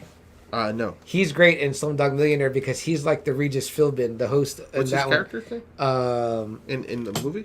Brij Nath. He's the rich guy when they're in Dubai. That dude, yes. But he's from Slumdog Millionaire, and in that one he plays like the Regis Philbin, like the host of the Who Wants to Be a Millionaire, and he's a real I would say interesting character. You've never seen Slumdog Millionaire? No. You should definitely No, watch it. Yo, I you'll didn't. love that, Joe. Okay. One day we're gonna sit and do an episode on movies that I told Double A, like, Double A, just watch this real quick. We're gonna do Gone Baby Gone, Slumdog Millionaire, and I know you've seen The Professional, but we'll just talk about it. We'll just do an episode just those 3 fucking movies, talk about it just for fun. This one is a lot of fun. Bigger feel, yes. bigger stakes, Double A. Yeah. So my first thought going into the movie is I was like, where's the wife? Is that what you were thinking? Yeah, too. And I was kind of like, damn, they kind of got rid of her quick. For all that. And I was like, oh man. Now, how long in between are these two Double A movie wise? Do you remember the years? Let me see. This one is in 2011. So we said 06 for 3. Damn, another 5 years. Yeah, so damn. Fuck. This is a long time between movies. Man, and I know it's like, man, you started off at 33, and you know, in 1996, it's already 15 years between this one and 4. So damn. he's 50? Yeah, I was like, fucking. I mean, damn. The man's putting it out there. You know what I mean? So, again, I'm a huge man crush on Jeremy Renner. I love him from The Hurt Locker, so I could not wait to get some Jeremy Renner. And then I read too, Sam. So this is where I guess Tom Cruise was getting a lot of flack at this point in his life, that they were hoping to set up Jeremy Renner as the new guy to take over. Damn. Yeah, that they didn't trust Tom Cruise anymore at this point. Bump, bump, bump, Yeah. bump, bump, bump, bump, bump. But this movie did so well. I think this is what saved Tom Cruise in the Mission Impossible. This is all the Katie Holmes baby series. I want to say maybe so. Jumping at on the this couch point in with his Oprah. life. Yeah, you know, I know he catches a lot of hell for the whole Scientology thing yeah, too. But and I'm I'm just like- I feel like You know, I was talking to some guy, Sam, and I was like, you know what? If fucking Scientology makes him feel like Superman, if it makes him feel like he can do all these fucking stunts and not die, then I might have to switch religions and go to Scientology because I want to feel like that too. damn, Double A. I was talking with, you know, I won't say who today, but I was talking with someone and they were kind of just like, I don't watch those movies because he's crazy and he believes in that. And I was like, is what we believe really that much less crazy? Like, she's like, they believe in lizard people. And I said, we believe that a guy rose from the dead and then turned water into wine. Yep. I was like, or vice versa. No, it's true. I was like, Yeah. it's all pretty crazy. And I Yeah. was like, you know, none of us know. I mean, like, hey, like you said, Double A, if believing that keeps him young, good for fucking him. You know what I mean? Like, I mean, this guy is fucking climbing the highest fucking hotel in the world. He's fucking mountain climbing in part 2. He's fucking riding diving off a motorcycles motorcycle off off the cliffs. cliff 7 times. 7 fucking times. fucking parachuting, Yeah. and In Fallout. all that shit, man. And, all that yeah, shit. and so if Scientology is making him feel like he has the fucking biggest dick in the room, then I want to be a part of that. I mean, yeah, and then like you said, Double A, the guy's like 5'6", right? You said like probably like what, 150 maybe? Maybe at most. Maybe, for a guy right? that I keeps mean, himself that shape, yeah. that short, I would think maybe between 140 and 160. And the guy's a stud. He walks around with confidence. He was fucking yeah, great in you can see Maverick. it, yeah. I mean, like that too. Obviously, it hasn't affected his success. I mean, the guy's fucking killing the game. And this is what I always say too, Sam. Are we really going to know these people? Right, He has no. one job. Yeah. His job is to make Entertain movies and me. entertain. Yeah. I could care less about this man's personal We're not life. going to hang out. I'm not never going to get gonna to shake hang his out. hand. Yeah. I mean, and again, I tip my hat to him. And for, you know what? He's focused when he's doing all these movies for every right, role. right. You know? And there's another thing too, a little bit Double A. It's like I'm sure that they're giving these people the chance now. Do you want to do this little opening thing before the movie where you talk to the crowd? And it's like I'm You sure didn't some of have them were to. like, no, I don't have to do didn't that. have to, yeah. He didn't have to, but he did. The guy that did the Transformer movie, Rise of the Beast, did that too, and I thought that was cool. It's a nice little nod. Yeah, and now, so mind this is his period where he's married to Katie Holmes. okay. He would divorce. They would get divorced in 2012, so like a year after Ghost Protocol's made. You know, and that too. So- You know, the guy was living a pretty public life. We knew all about his relationship with Nicole Kidman because he was like the #1 hottest guy in the world. We knew all about his relationship with, you know, Katie Holmes because again, it was kind of like it crazy. was more Tom Cruise. It was like, wow, Tom Cruise is with her. Right, right. You know what I mean? And it's like, well, I mean, you know, to be living that kind of public lifestyle or whatever, and like, what's the thing that you're known for? Is that you have kind of a wonky religion? I'm like, you know, again, wonky in the sense of that it's not traditional. I'm like, just because Yes. Christianity is old doesn't make it, you know, And I'm trust trying me, to make enemies here. no, but- no, but trust me, Christianity will always say shit about other religions. I mean, the Crusades were all about that. It was Muslim versus Christians. And who served God better? Yeah. And I've heard the Leia Remini podcast too, and I think that the shit that she says is crazy about that stuff. You know what I mean? Like, I'm like, wow, that sounds pretty wild. But then when you hear about like Catholic priests, it's pretty fucked up too. Is you know what I mean? So like, it's all fucked up. It's all fucked up. I think somebody had put like something that Bill Burr did in an interview where they asked him about, like, don't you think you're going too far with your jokes about the Catholic Church? And he was like, don't you think the Catholic Church has gone too far? like yeah, bingo. Yeah, exactly, man. I mean, these guys think the aliens made the fucking Earth. So I mean, if that's what they believe, go ahead. I mean, shit. I mean, like I said, Tom Cruise is doing all these fucking stunts. Like yeah, I have no problem. Yeah, I'll be back. If I die, I'll just get up. And I'm like, damn, that guy's 5'6" and I'm 5'4". I want his confidence. You know what I mean? His thing was like, let's do this stunt first, just in case I die, and we won't have to waste money. I was like, wow. Okay. You know what? That's budget conscious. Double A. Yeah, because he said that he got hurt like in one of the Mission Impossible movies, like late in the stage, and he was like, I cost the production like so much money and so much time. So it was like, if something happens to me, it's right at the beginning, so it won't be that bad. I was like, damn. We talk about Ric Flair, right? I'm like, man, this guy figures like, oh, if I die on this first stuff, what a fucking way to go, right? I mean, like, man, they're like, oh fuck, Tom Cruise died today, fucking jumping a bike off a fucking cliff. I'm like, fifth try. That's an amazing death. Like, talk about dying for your craft too, right? I'm like, wow. I mean, like, I wanted to entertain. He doesn't have to do that shit. And look, he doesn't have to do that shit. I've never heard him or Travolta ever push Scientology. Anything. I've never heard them once say, "Hey, you should come over here. We have a lot of fun over here." Right.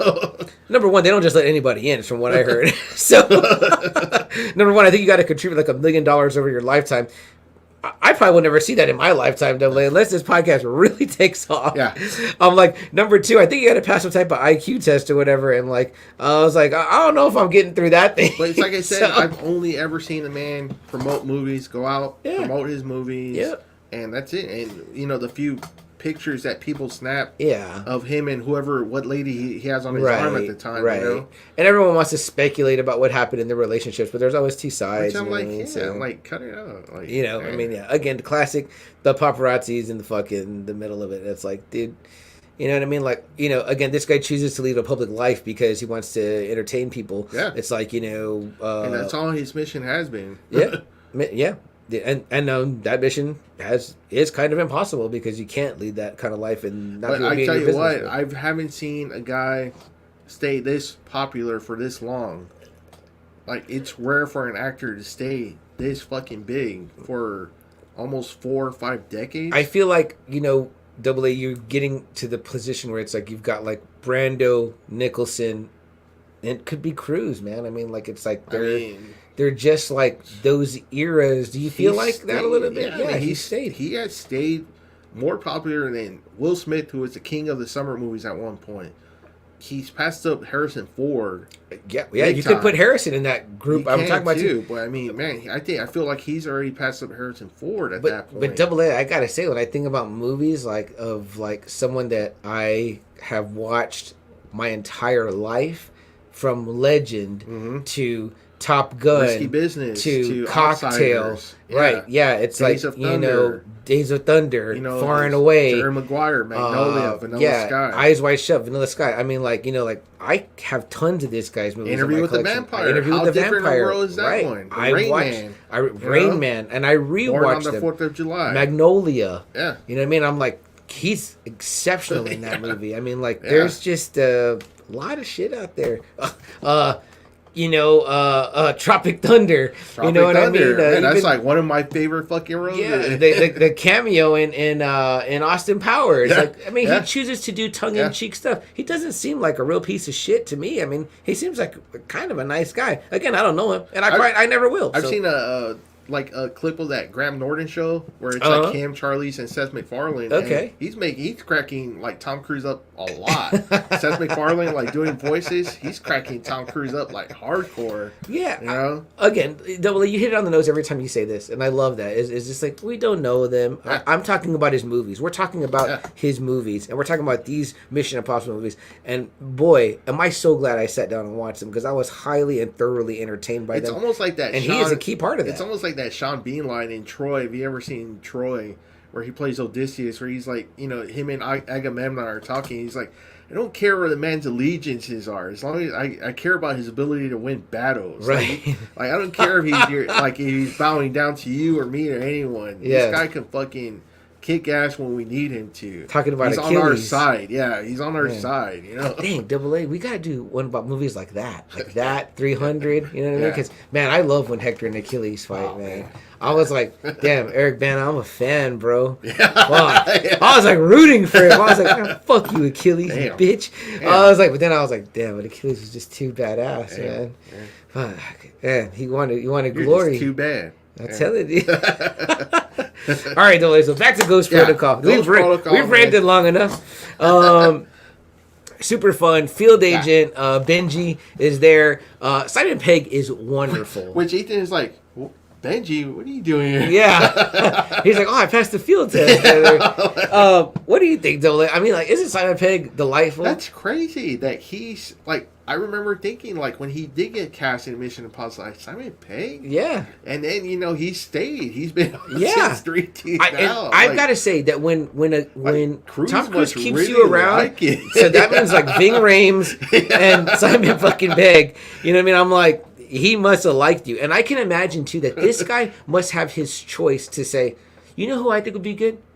Jeremy Renner. I really loved him in the Hurt Locker. And boom. Yes. You know? Actually, yeah, keep going. And you're not going to say no, right? You're not going to say no. I mean, we're going to get to the next one. Because he wanted Jeremy Renner because he had saw him. Yeah. And when we get to the next film, after Ghost Protocol, I believe it's Rogue Nation, right? Rogue Nation, yes. Rogue Nation. Is this where we get Mr. Cavill or not yet? No, he's not going to come out until Fallout. So till Fallout, but I mean, yeah, just like I said, the man seems to have the pick of the litter when it comes to. He has to be. And I mean, the man is too powerful in his position to not be able to pick who. Right.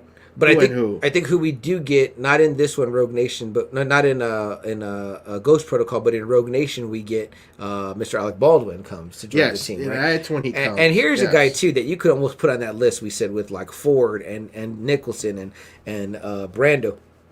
The man has the pick of the roles he wants to take or whatever, I would imagine. And if he thought that, Cruise was some type of whack job, it's like, I don't think he would have been like down to come play along, and he wanted to come play along. It's the he media, attracts I think, great people. Yeah, it's the media that is. makes you turn against these guys. Right. But and what do they say, Double A? If you have success, people don't like it. Look at Tom Brady. People are constantly taking shots because the guy's good looking and successful. People want to, and he kisses his son weird, and his life's in shambles, and I'm like, why y'all fucking hating? Like, this shit, that's sorry. Like, that's sorry to say, fucking like, hate on that. the media turns, like, people against the stars. But I think the other actors still, like, don't feel that way. Like, they probably are like, man, I'm going to be in a Tom Cruise movie? Fuck yeah. Yeah, okay. What did we just say about Star Wars? I'm like, I don't give a fuck. You can fucking get John Woo to direct it. And then everyone I've ever read comments like that talk about him, it's just like he's focused. He just wants to make the best possible kind of movie. He likes to do his own stunts, which are very scary to look at. I mean, that's all I ever hear. I've really heard anyone say, "Oh man, this guy was an asshole. This guy was a prick." And what does that tell you, Double A? You're in that craft, right? You're in that job. It's like, don't you want to be with someone like that? Who does that remind you of? That reminds you of like you're Steve Kerr getting punked by Michael Jordan on the Bulls, but you're like, I'm with the best. Yeah. You know what I mean? Like, I'm going to win titles with this guy. And if you want to make money and be in a blockbuster, it's like, you're with the right guy. You know what I mean? Like, again, I'm sure when people got tapped for that Maverick movie, it's like, man. Sign me up. Yeah. You know what I mean? Like, if Miles Teller got the call and they were like, Tom Cruise wants you to be this, he's Yeah. like, you say yes. You know what I Yeah. mean? Like, he's like the guy. You know what I mean? And again, proven track record of success. Yeah, you when know? Top Gun Maverick is your highest movie at this stage in your career, that's pretty fucking insane. Absolutely. Absolutely. So let's talk about the plot of this movie a little bit, Double A. Tell me what you like, what you didn't like, what stood out to you in this movie. We get introduced to... So it's still kind of almost like I think they're disavowed. Yes, the again. whole IMF gets disavowed. right? Yes, Is that in this because one? the Kremlin blows up. So the movie Yes. starts off, he's in jail. In a Russian prison. Right. And you don't know why. Right. But they bust him out. He gets out, and, they're saying that Paula Patton and Jane Carter, who she plays, and Benji tell him that there's a list out there. What is it again? I'm trying to There's an remember agent that gets myself. killed. Nuclear launch codes. That's what this one launch is. codes, yeah. We go nuclear in this one. I had forgot. Yes, Yeah. and so they want to get the codes. There's a people that want the codes so they can sell it, and blah blah blah. He gets out. He gets the secretary tells him, I have to bring you in. Right. You were there in the situation. The Kremlin, Right. the Russians are fucking pissed off at the Americans. I got to go hand in my resignation to the president, blah, blah, blah. And he goes, but, if, since we didn't have this conversation, pretty much giving him, like, you have so many days to clear your name, to clear IMF, Yes. and he killed the secretary. And Right. Jeremy Renner joins him. And right now you're just thinking Jeremy Renner's analyst. So, and his stuff starts coming out more and more. Yeah. Later on, he starts showing skills that, like, no way you're. I love that. us. I love Yeah. that. Now, I think also, too, Double A, I think this is maybe the first movie, or has it already become a trademark of these opening credit sequences that kind of show you scenes within the movie? that too. I think this might have been the first one. And I don't know if I love that or not, because I was like, oh, man, I'm kind of It's showing a lot. Yeah. So like when that happens, I stopped looking. When I started noticing that, I was like, okay, I'm not gonna look at this scene. So I usually kind of just turn around. Because I don't know why he does that. That is weird. Because they're showing you a lot of clips of what's going to happen in the movie. It's kind of like, whoa. And it's great, too, because these opening sequences, well, it's kind of, I would say, is this Bond-esque as well, Double A, where it's like there's a little bit of an the opening cold of the opening. movie, cold opening, And and then- then you get a credit sequence or whatever, So, again, that's probably a nod to Bond, which is Has to great. be. That's Has always, to be. we all look forward to that. Except there's no song. It's usually just the Mission Impossible theme, yeah, the classic theme. So that's always there, which is excellent because I got more and more pumped as I kept hearing it. You know what I mean? Me too. Additionally to the I mean, interactions. you got to keep it. That's the like the Bond theme. That's Oh, yeah. This theme. Yeah, absolutely. Only a little bit of Ving Rhames in this one. Yeah, He's not like, too much. they put him in there, but he doesn't have a huge role. I'm wondering if maybe he was busy or something, but Probably. Cruise was still like, "Well, come film one or two Yeah. scenes so that you're in every movie." I'm curious about that. But yeah, Double A pretty much laid out the plot for you. But again, I would say It's like a general, I think it was, or some high position Russian that wants to set off nuclear arms. right. And he wants to start a war or whatever. Yeah. Because he's like, that's the world at its most purest form or some bullshit. It's like he's like fucking snapped. Yeah. Where he wants to start a war. Right. And the Ghost Protocol, because I think this is also the start of kind of where like they say the title in the movie Yes. or whatever. So the Ghost Protocol is what they say that the Secretary initiates, where like all IMF agents have been disavowed because of what happened with the Kremlin, and they don't want Anybody, war. like any. Right. If it ends up being Americans that were there, you're gonna have war with Russia. Russia, not the Soviet. What is? Yeah, I because guess he we're was Russia. like, because he was like, this is right now the tension between the Russians and the United States. It is at its highest since the Cuban Missile Crisis. Right. So, yeah, So what's Hunt's goal here to reestablish, get the codes back. the codes, right? Yes, and he's only got a few days, 48 hours or some shit like that. And what's the big play here, W? Where do they go? What's the They go to Dubai. Dubai. Okay, so Yes, this is the great where he's climbing on the outside of the building. Yes. Okay, And that's him too. That's really him too. which is insane, That's right? fucking Like nuts. I remember I'm watching these at home, and I was thinking to myself, Double A, I wish I would have seen these in theaters. Me Because too. I was like, Same here. fucking shit. Same here. That's fucking so badass. And I was literally at times at the edge of my seat. Same Like, I here. was like, oh shit, like this is fucking No, like I intense. was too. Like, I'm my afraid of heart heights. was Yes. racing. I'm Like, afraid of yeah. heights. So that and everything, I was like, oh my goodness. Like, I was like, oh. Yeah. And then when the glove stops working, I was like, Oh my gosh, goodness. I know. And then like he's doing a lot of shit with one arm, and you're like, just I'm thinking to myself like the upper body strength, Yep. like Yep. Uh-huh. the training that this guy went through, and double like I said, I can remember feeling so good finishing up on the 6th movie, that I was like, yeah, and I had to ask my girlfriend to be like, hey, can we go to the movies or whatever and watch Dead Reckoning? I gotta do it for the podcast, and she was like, well, I haven't seen the rest, and I like this girl has seen every movie, and I was shocked, and she was, well, you just started them without me, and I was like, I assumed. I was like, I never tell you, have you seen something, and you say no. And I was like, she said she hadn't seen any of them. Oh, fuck. And so I will admit she wasn't that engaged, but she went for snacks and like hung out with me, and then she enjoyed the really It's gonna be action. kind of hard to just kind of like not seeing those movies and then go to Dead Reckoning. It's gonna be kind of like, oh shit. Yeah. Okay. But I will say this, the double A, I do feel like they kind of could all stand alone as like a good action Almost. movie. It's just the characters. You almost Right. kind of know who the backup characters are and the relationships And kind of. I even feel like if I watched them a little bit out of order, I was like, how confused would I be? And I was like, not that much. I think like they do a good job with tight they storytelling. do. They really do. But I think like Simon Pegg, he probably wouldn't see how his character improved from part 3 to 7. Yeah. Where he's like very bumbling and joking Yeah. to where he's actually a really Yeah, good really good. partner. And Yeah. like Rebecca Ferguson when she comes in. Yes. It's kind of important to see Rogue Nation Those- and Fallout right. to see how much it means to him in 7. Yes. Absolutely. So yeah, so absolutely. there's little things. But the cool thing is that they don't really like refer. It's kind of like a little. There's nuggets in there that like let you be like, oh hey, Yeah. Like for the insiders to know, like, oh that's they're talking about that time or they're talking about that time. But like if you didn't have that, I mean, like I felt like I was like, it's still really solid. Like I can still really appreciate it without I having think seen he could it. You know because what I my mean? brother kind of went in without seeing the last 2. Yeah, And yeah. I think he was fine with it. So I don't think he was too lost at all. But Fallout, I mean, Ghost Protocol, man, it's just Jeremy Renner, introduces Jeremy Renner, shows what a badass he is again. Yes.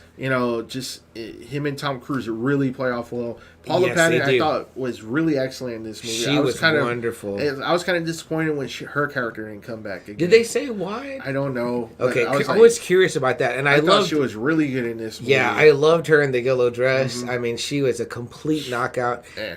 And here was kind of the fun part about this one. So spoilers, anybody? Damn, I haven't had this thing on the whole time. Well, we really haven't got to Dead Reckoning yet, so I guess I don't need it yet. But I won't put it up yet. Again, it's a 27-year franchise. Yeah, so this one is really like, what did we Ghost say? Protocol What is year? in 2011. 2011. So that's Spoilers from, already 12 years from ago. 12 years ago, guys. But, so like I said, this is our first movie after part 3. So we're like, what? Ethan Hunt got married. Where's Ethan Hunt's wife? Yeah, they kind of just like that kind of like. And they talk about it a little Yes. bit, right? They're Yes. like, oh, his wife died or whatever. And yeah, they're so like, they find out "What?" Jeremy Renner's actually was an IMF agent, or I think he was IMF, right? Yeah, IMF. Okay. Yeah. and he was supposed to be watching them two, Right. and Julia dies. Yes. And like they say, Ethan snaps and kills like a whole bunch of like Soviets. Soviets. Yeah. And that's how he wound up in the Soviet prison. But Jeremy Renner is like feels responsible because he was Yeah. supposed to be watching Julia and he didn't tell So he felt like he Ethan failed. Hunt this. Yeah. But then it's neat because you find out Ethan's like, no, I knew you were there Yeah. or whatever. You know what I mean? And then you And he was find like, out. we needed you guys to be there to kind of really pretend like Julia was dead. Yeah. So then it's like another twist on that twist where it's like he's like, oh shit, he knew, and then the fact that like that's how Ethan's wife died. Then you find out Ethan's wife didn't die. Yeah, which is like, like CM kind of said, it was like it didn't work out probably. Yeah. There was too much threats Right. and all that shit. Right. So they had to they had to divorce. They had to. Now let me ask you, Double A, could they have had her die? Because I thought that was a pretty grim ending to that character. I was like, man, I'm glad they didn't. You glad they did Yeah, it? 'cause I then think I it was would have like- worked either way. Because I was kind of Yeah. like, at this point, and I'm going to feel this way a little bit, a few Yeah. movies on right now, but I'm going to tell you this. I felt this, I was like, what is, Hunt doesn't lose anything. He like, there's no loss in this big risky game he plays. And you know how we are with our characters. Like, eventually there has to come, Yeah. you have to Tragedy. lose something Yeah. or well, not only that, double A, but over what's the law of probability? The longer time you're in this, you're gonna get come to call. Like, you know what I mean? Like, it's like, you know, like we are all in a gamble of life where we are hoping that nothing ill befalls us. You know what I mean? But it's like, you know, it's just the law of probability. I mean, and it sucks, and it's fucking life, and it's terrible, whatever. But I'm like, this guy is in a much riskier game, and he's yet to lose like any like fucking friends or family. You know, so I think now it was we just realize, like Carrie Russell was like right, kind of the only major one. Yeah, that was and something. I guess maybe part one with the team in the beginning. Okay, good point. No, good point. Yeah, you're right. I did think about it. Yeah, because that's pretty heavy. It's like he starts out with a lot of loss. Nothing really happens. Yeah. You know, 3, most of the guys survived the mission besides Carrie Russell. Right. You know, and then this one, I don't think anyone, no one loses at all. Yeah, but I guess you could say we found out that he like lost his marriage. Yeah. Marriage. So there was. But they could have, to make the character more tragic. Perhaps they could have, because that story actually is fine without them having the other part about the like, oh, she's secretly alive. You could have had, because I fucking felt for Jeremy Renner. I was like, fuck, he fucking feels like he let this guy down. You know what I mean? So, you know, but pretty neat to find out that, oh, she's alive, and that, you know, like it was just too dangerous. The marriage was just too dangerous, and it wasn't gonna work. So they just gave her, like, you know, they killed her off. They killed herself off. You know, right. And So gave her a she new was name, kind new of dead identity. in the public, but she could live a normal life. Yeah. Which, you know, she went through a pretty harrowing experience in part 3. So it's kind of like, fuck, man, I didn't know about this. I thought you were like a boring guy, and now you have this whole thing. Which also too is kind of like, you started your relationship and you got married on like a foundation of lies. I don't think he was thinking he was going to go back to start doing missions, because it's like you said, he was done. Yeah. So I don't think he ever thought he was going to actually get back on the field. But damn, Double A, it's crazy, right? It's almost like, you know, like I said, we talk a lot about superheroes on this show, and it's like, you know, you can't keep your other life, you know, the whole True Lies thing, you know, the whole Mr. and Mrs. Smith thing. It's like, you that life will catch up with you. You know what I mean? Like, it's like, it's just fucking will. Like, it's too crazy to not. So, so pretty cool ending. They stopped the nuclear codes from happening. What's the big stunt, though, if I remember? And this was the hotel, and then hotel. him running across it and diving. Yes, which is fucking crazy as well. Yeah. Insane fun action. I get how your brother could go without seeing the other two and still enjoy it, because I mean, like, it's a feast for the fucking eyes. Like, it's just like the fight scenes. Increase big time. Yeah. And it's good stuff too. It's like, you know, it's not like, well, flip kicks and spin kicks. No guile flash kicks. It's like, it's pretty much more. I'm really glad you felt that way about part 2. Because I was like, man, I must be the only one that does not really care for part 2 a lot. You know what I mean? I actually don't know anyone that's ever told me they really love it, but yeah. But it was a big hit, man. I was like, good songs, 2 good songs. But it was like one of his biggest films, like in his filmography, like up to that point. But that's one of those things, Double A, where it was really coming off the coattails of the other one. Big name director. You know, probably one of the bigger sequels of that time, where you were like, damn, I mean, I can just remember like it being everywhere. Like, man, I can't wait to see this, man. Like, you know. So moving on from Ghost Protocol, you know, again, the IMF is reinstated, I believe, at the end, and everything is all good. They're all back to good, and so we move into now Rogue Nation, the 5th installment in the Mission Impossible franchise. So in this one, the CIA, which is headed by Alec Baldwin, wants to get rid of the IMF. And we find out that there's a syndicate, a group of terrorists that were former agents from all over the world, from the German, British, American, wherever you can think of, South Australian, everything, every other kind of agency, the rogue kind of agents have all formed together to create this terrorist group. Rogue Nation, if you will, and I actually found out that the Syndicate's kind of something that it's from the series. Oh, really? Yeah, that was like the main enemy in the Mission Impossible. But very reminiscent of Spectre, right? Spectre. It's like, you know, the overall agency that the rich, the people in power. Shit like that, right? Yes. You know, the people pulling the strings type thing, whatever. And we also get introduced to a new, pretty much like would say, the Blofeld of of Yeah. Mission Impossible. Yes. Here, and I don't know, is this character from the show Double A? Do you know? No, or- that I don't know. I just know that the Syndicate was kind of like Okay, a group. I kind of figured it had a vibe of like that came from a show where like Hunt is the one that believes that this syndicate exists. Obviously, the CIA and all their intelligence say they have no evidence of this, but Hunt says which no, we that find there out are. why it's Right. being wrapped up. It's covered. Right, Yeah. right. And again, a spooky idea to imagine. It really you know, is. if you Yeah, really a whole think bunch that, of you know, agents working together. Right, right. Kind of like when, like, you know, even when you think about like a smaller level, but like when Kingpin organizes all the crime in Oh, New York, man. it's like, well, you know, there's one, you know, when one, you know, person let's say, per se is pulling all the strings, Mm-hmm. and it's like all the bad things are working together. It's kind of more scary because they're like a web. You know, no pun intended, but a web of crime and corruption and evil, where it infiltrates even the highest offices and the police and the people that you're supposed to trust. It's like pretty fucking scary because it just means that if somebody wants something Fight bad to Club. happen to you, it can happen. Yeah, exactly. Do not fuck with us. So what's his name? Double A, the Blowfield of these guys. So the syndicate? Sean Harris is the actor, and he plays Solomon Lane. Solomon Lane, And yeah. it's a ex-agent, but much better than what we got in part 2. Yes, much better. Much, yeah. much better. Yeah. Yeah. And also more suave, more cool demeanor, creepy, Yeah. you know. Very cool. Very cold. Yeah, calculating comes off. Is he foreign, Double A? Is he? Because I felt like I was telling Double A, I was thinking to myself, I was like, could this guy play like a Doctor Doom? Like if there was like an older casting, whatever. Hell, he might have even been an okay Reed Richards. It's just like he just had a very. He is from Woodbridge, Suffolk, England. Yeah. Okay. English guy. That Yeah. makes sense. And it's which just- he is in the movie. He's an ex MI6 agent.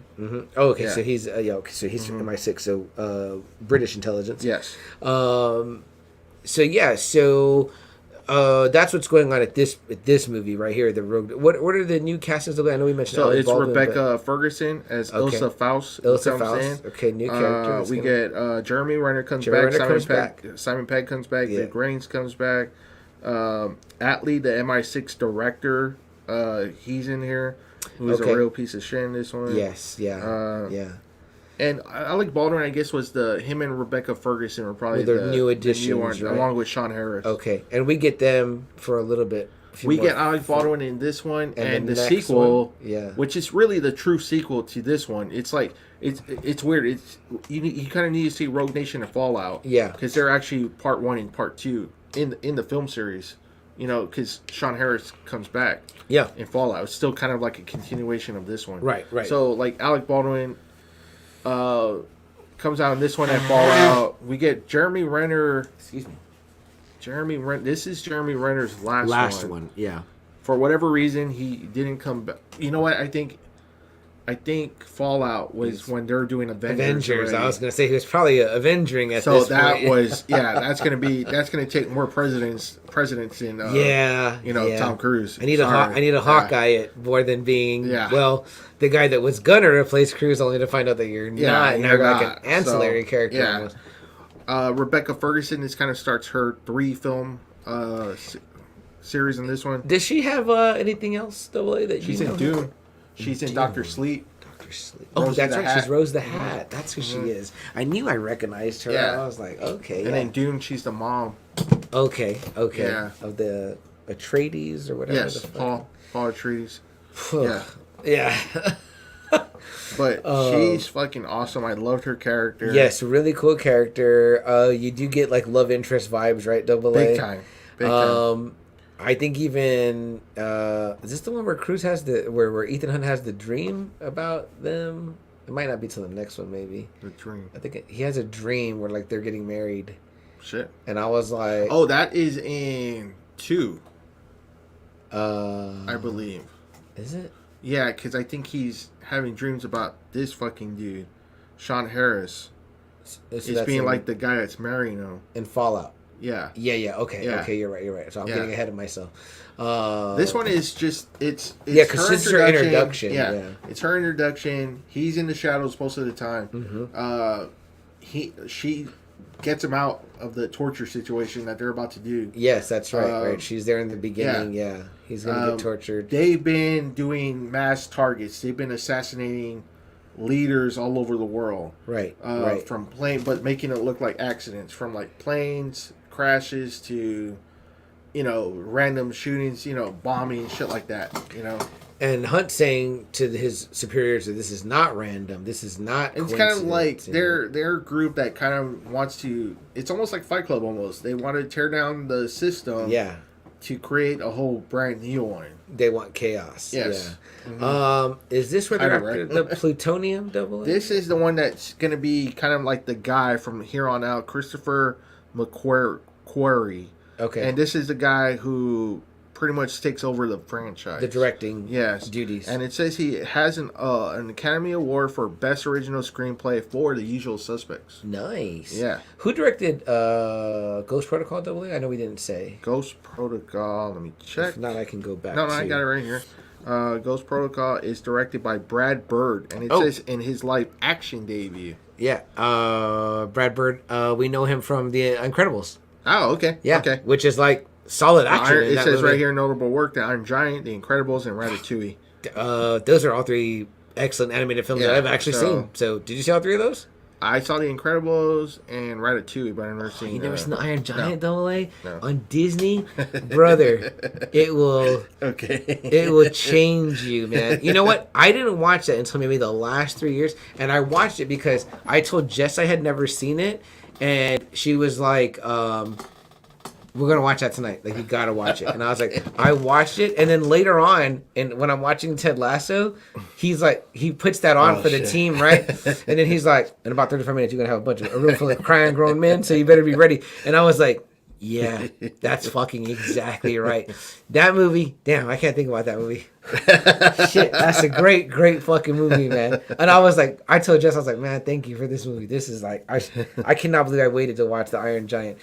Damn, we're gonna add The Iron Giant to the list. Oh shit! The episode we're gonna do four movies. We'll do 4 movies AA hasn't seen. Then we'll do an episode 4 movies Chuck hasn't seen. Oh damn! So if Joe was here right now, he'd give us a list. Roadhouse would be number 1. But go ahead, AA. Yeah, the movie's really good. Alec Baldwin is like, what the hell's going on? Yeah. It's IMF. They work under pretty much no rules. Jeremy Renner has pretty much been like promoted to almost like the top guy for the IMF. Yeah. Because he still haven't found a secretary yet. Right. So there's all that. You got Rebecca Ferguson. You really don't know where her allegiance is.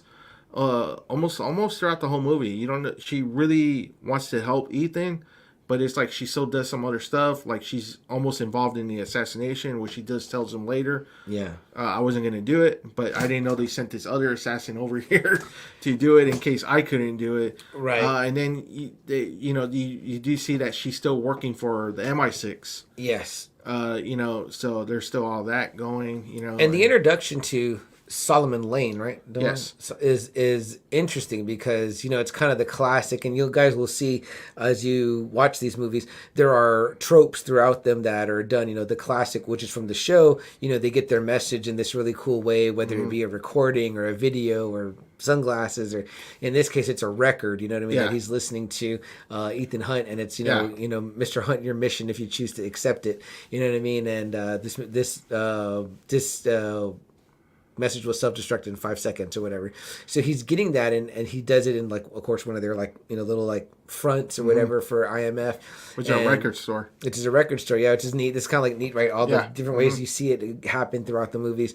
And it's this young girl, an IMF agent. There's always a classic spy exchanging of words, right? Yep. Like, like the cow comes home at midnight, and you're like, oh, well, the breath of a dragon is hot or whatever. Yeah. You know what I mean? Whatever they say to each other. It's very cool, very spy shit, right? And I didn't know justice right there. But well, then, like, out of nowhere, like you see this is the first time that the message is like, we know who you are, Mr. Hunt. Blah blah. We're the syndicate, and this. It's like, oh shit, which like, no one believes is real. Yeah. Like they're like, where's your proof? Where's the proof that this syndicate is fucking out there? Right. And they fucking gas him, and then they fucking kill this IMF agent right in front of him. They're thinking it's Ethan. He snapped. Like he's just making a story up about a syndicate. Right. Like he's the syndicate because he's so like extreme or Yes. whatever, you know what I mean? And Yeah. you're like, what the fuck? Like, Yeah, like, where did this come from? Yeah, this is what y'all run to. Like, this is y'all's like, you know what? If there's one guy Like, that's so hell bent, I would have quit like so long ago. Like, man, I you know. fuckers keep thinking I'm betraying the country. Like, you know, for it'd be like if you're like an accountant, right? And you're like, man, the company's losing a lot of money, and they're like, you know, you must be the one stealing. I'm like, what the fuck? I fucking helped you guys no out. kidding. You know what I mean? Like, yeah, I keep showing you it's not me. And then they take this. Well, the reason why that you're admitting it is because it'll be the perfect cover. And I'm like, that's always y'all's Like, answer wow. is that the perfect Yeah. cover for Hunt is to be fucking Truthful. Get truthful. Like, that's a terrible fucking cover. Nobody would that's do the that. thing, that's like one of the things that always bothers me about the films. It's kind of like, Yeah. man, it's like right away they just always go to Ethan thinking They're like, he's the fucking he's a bad traitor. guy. I'm like, wow. They're like, he's the best at pretty much everything, so it's got to be him. It's gotta be him, And yeah. he's tired that there's no war to fight. Yeah. I'm like, Yeah, I'm like, wow. Okay. What? Like, Yeah. like y'all are the CIA, right? Like y'all are just out of fucking Yeah. ideas. Like, okay. Yeah, yeah.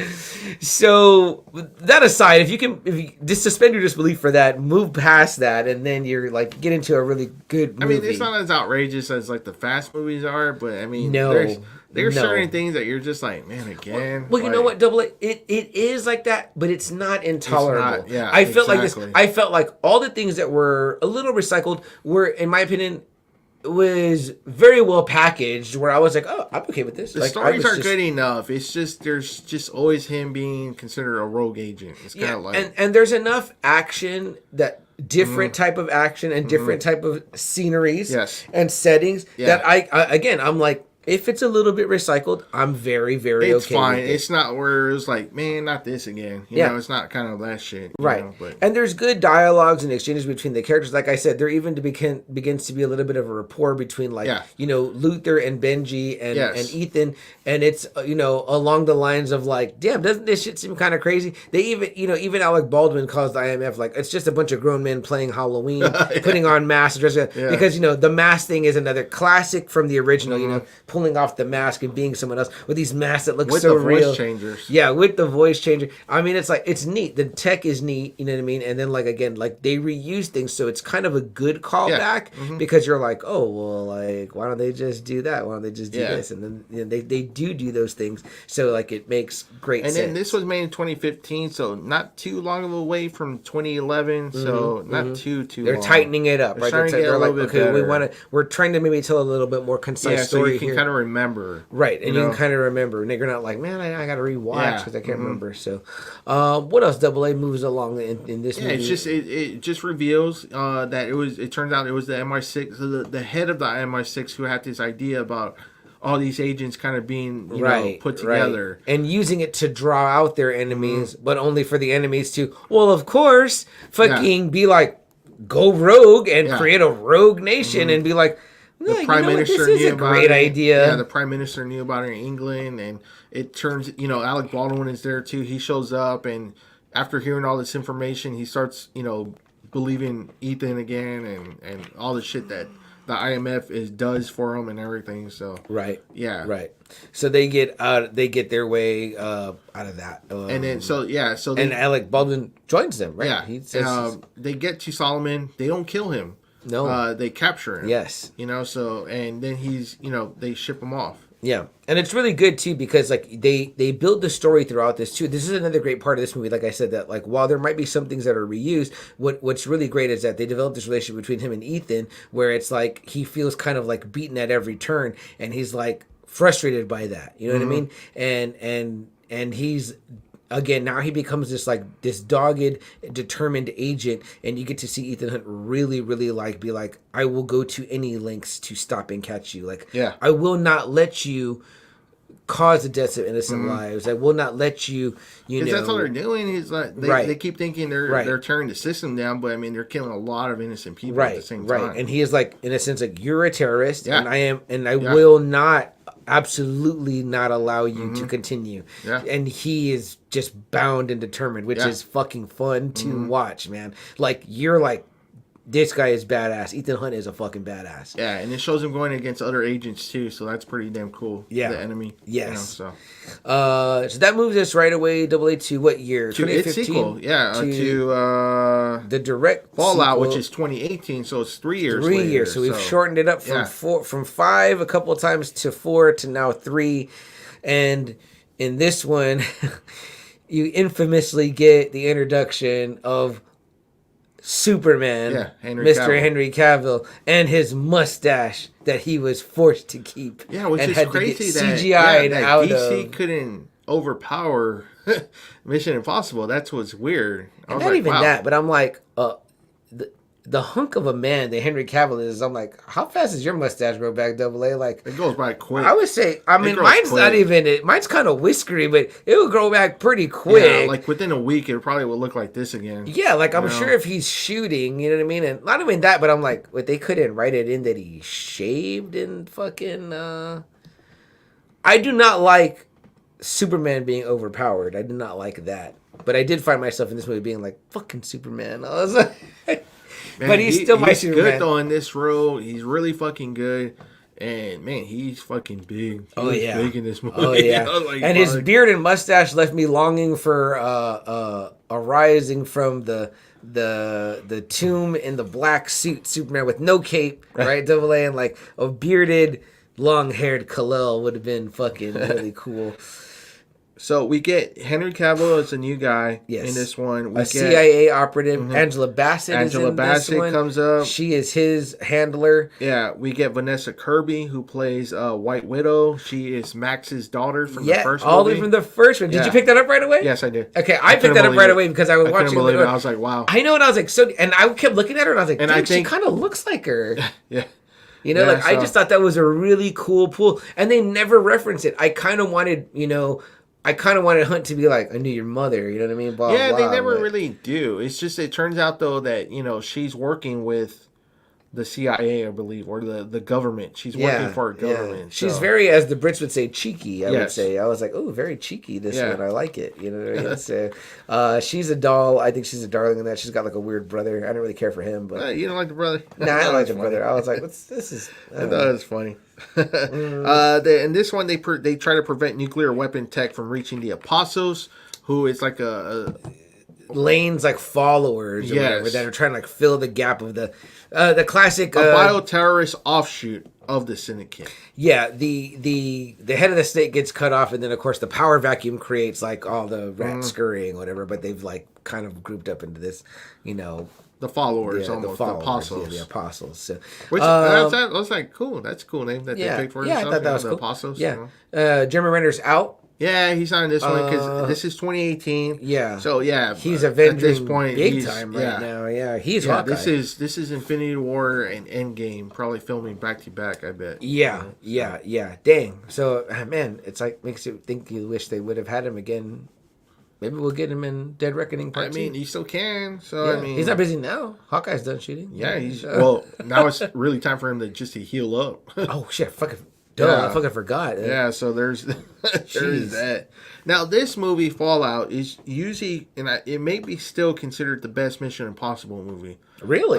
Yeah, I mean people are just raving about Fallout being like the absolute best. That end scene was fucking intense. Yeah, the helicopters, Yes. man. I was like, holy shit! And even I was like, I felt like Benji. I was like, how the fuck?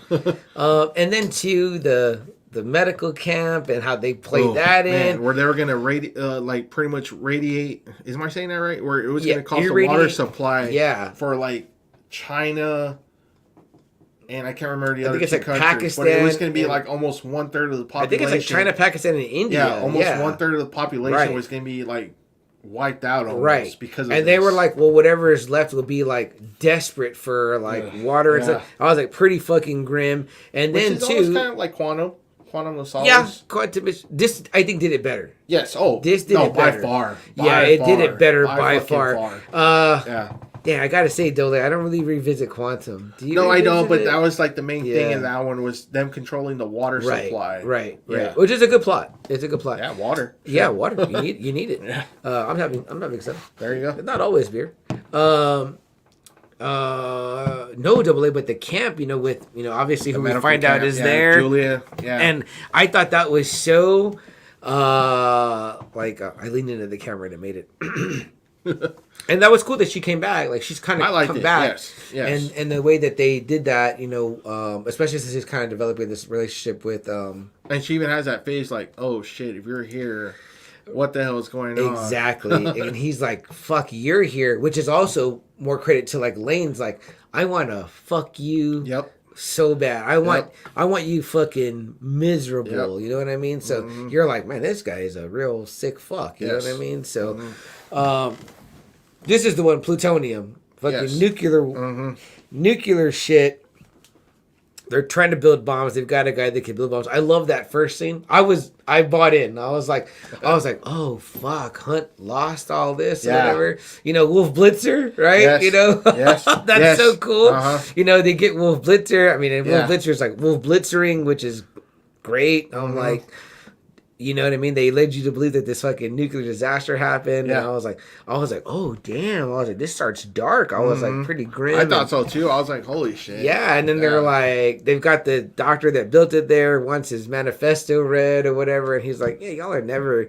This is what y'all get. You know what I mean? The greater the suffering, the greater the peace, and you're like, man, fuck you manifesto right motherfucker. And then only to find out, boom, they Mission Impossible did it, and like it was all like a stage and all this. I was like, damn, this is what the IMF is great at, So it's a really, really fun opening, really cool. But only to find out that, again, I will say this about Hunt. He does gamble too much, Double A, with like the lives of a lot of people. Yeah, like, he's like, the best way to do something is to put it right in their hands. And I'm like, just like he did in Ghost Protocol with the nuclear codes. Yeah, exactly. He's like, you know what we'll do? We'll give them the real code so they can authenticate, and then we'll just get them back before they can use them. And I'm like, man, and that's why Jeremy Renner's like, all the time I was on Jeremy Renner's side where he's like, man, you fucking roll the dice too much. I'm like, nah, play it like there comes a time where you gotta I'm like, I might have shot his ass. I'm like, nah, I'm gonna shoot this motherfucker. And then I'm like, the rest of his team is just like, yeah, he's right. And I'm like, what? I'm like, where does trust Ethan? Yeah, where does your and Ethan we trust? I'm like, where does your family live? Because I'm like, they must not be on the East Coast where the fucking nukes are headed. I'm like, nah, I'd have shot him and the other two and been like, I wouldn't have killed him, but I just shot them like in the knee or something. Double A. So, all right, so take us through the paces on this one. Yeah, so they send Henry Cavill to accompany Ethan because they don't trust Ethan again. Right. No. And then it turns out Henry Cavill's the fucking rogue one on this one. Yeah. And you're like sad because you're like, oh, I don't want him to be a bad guy. But I think he liked it though. I think he did. Finally, he was. I thought he was chewing the scenery a little bit. I was like, oh, he's getting into it when he's doing his classic. When he does his mouth and his teeth, and I'm like, whoa, there's a little bit of like scariness to you. So he was a good bad guy.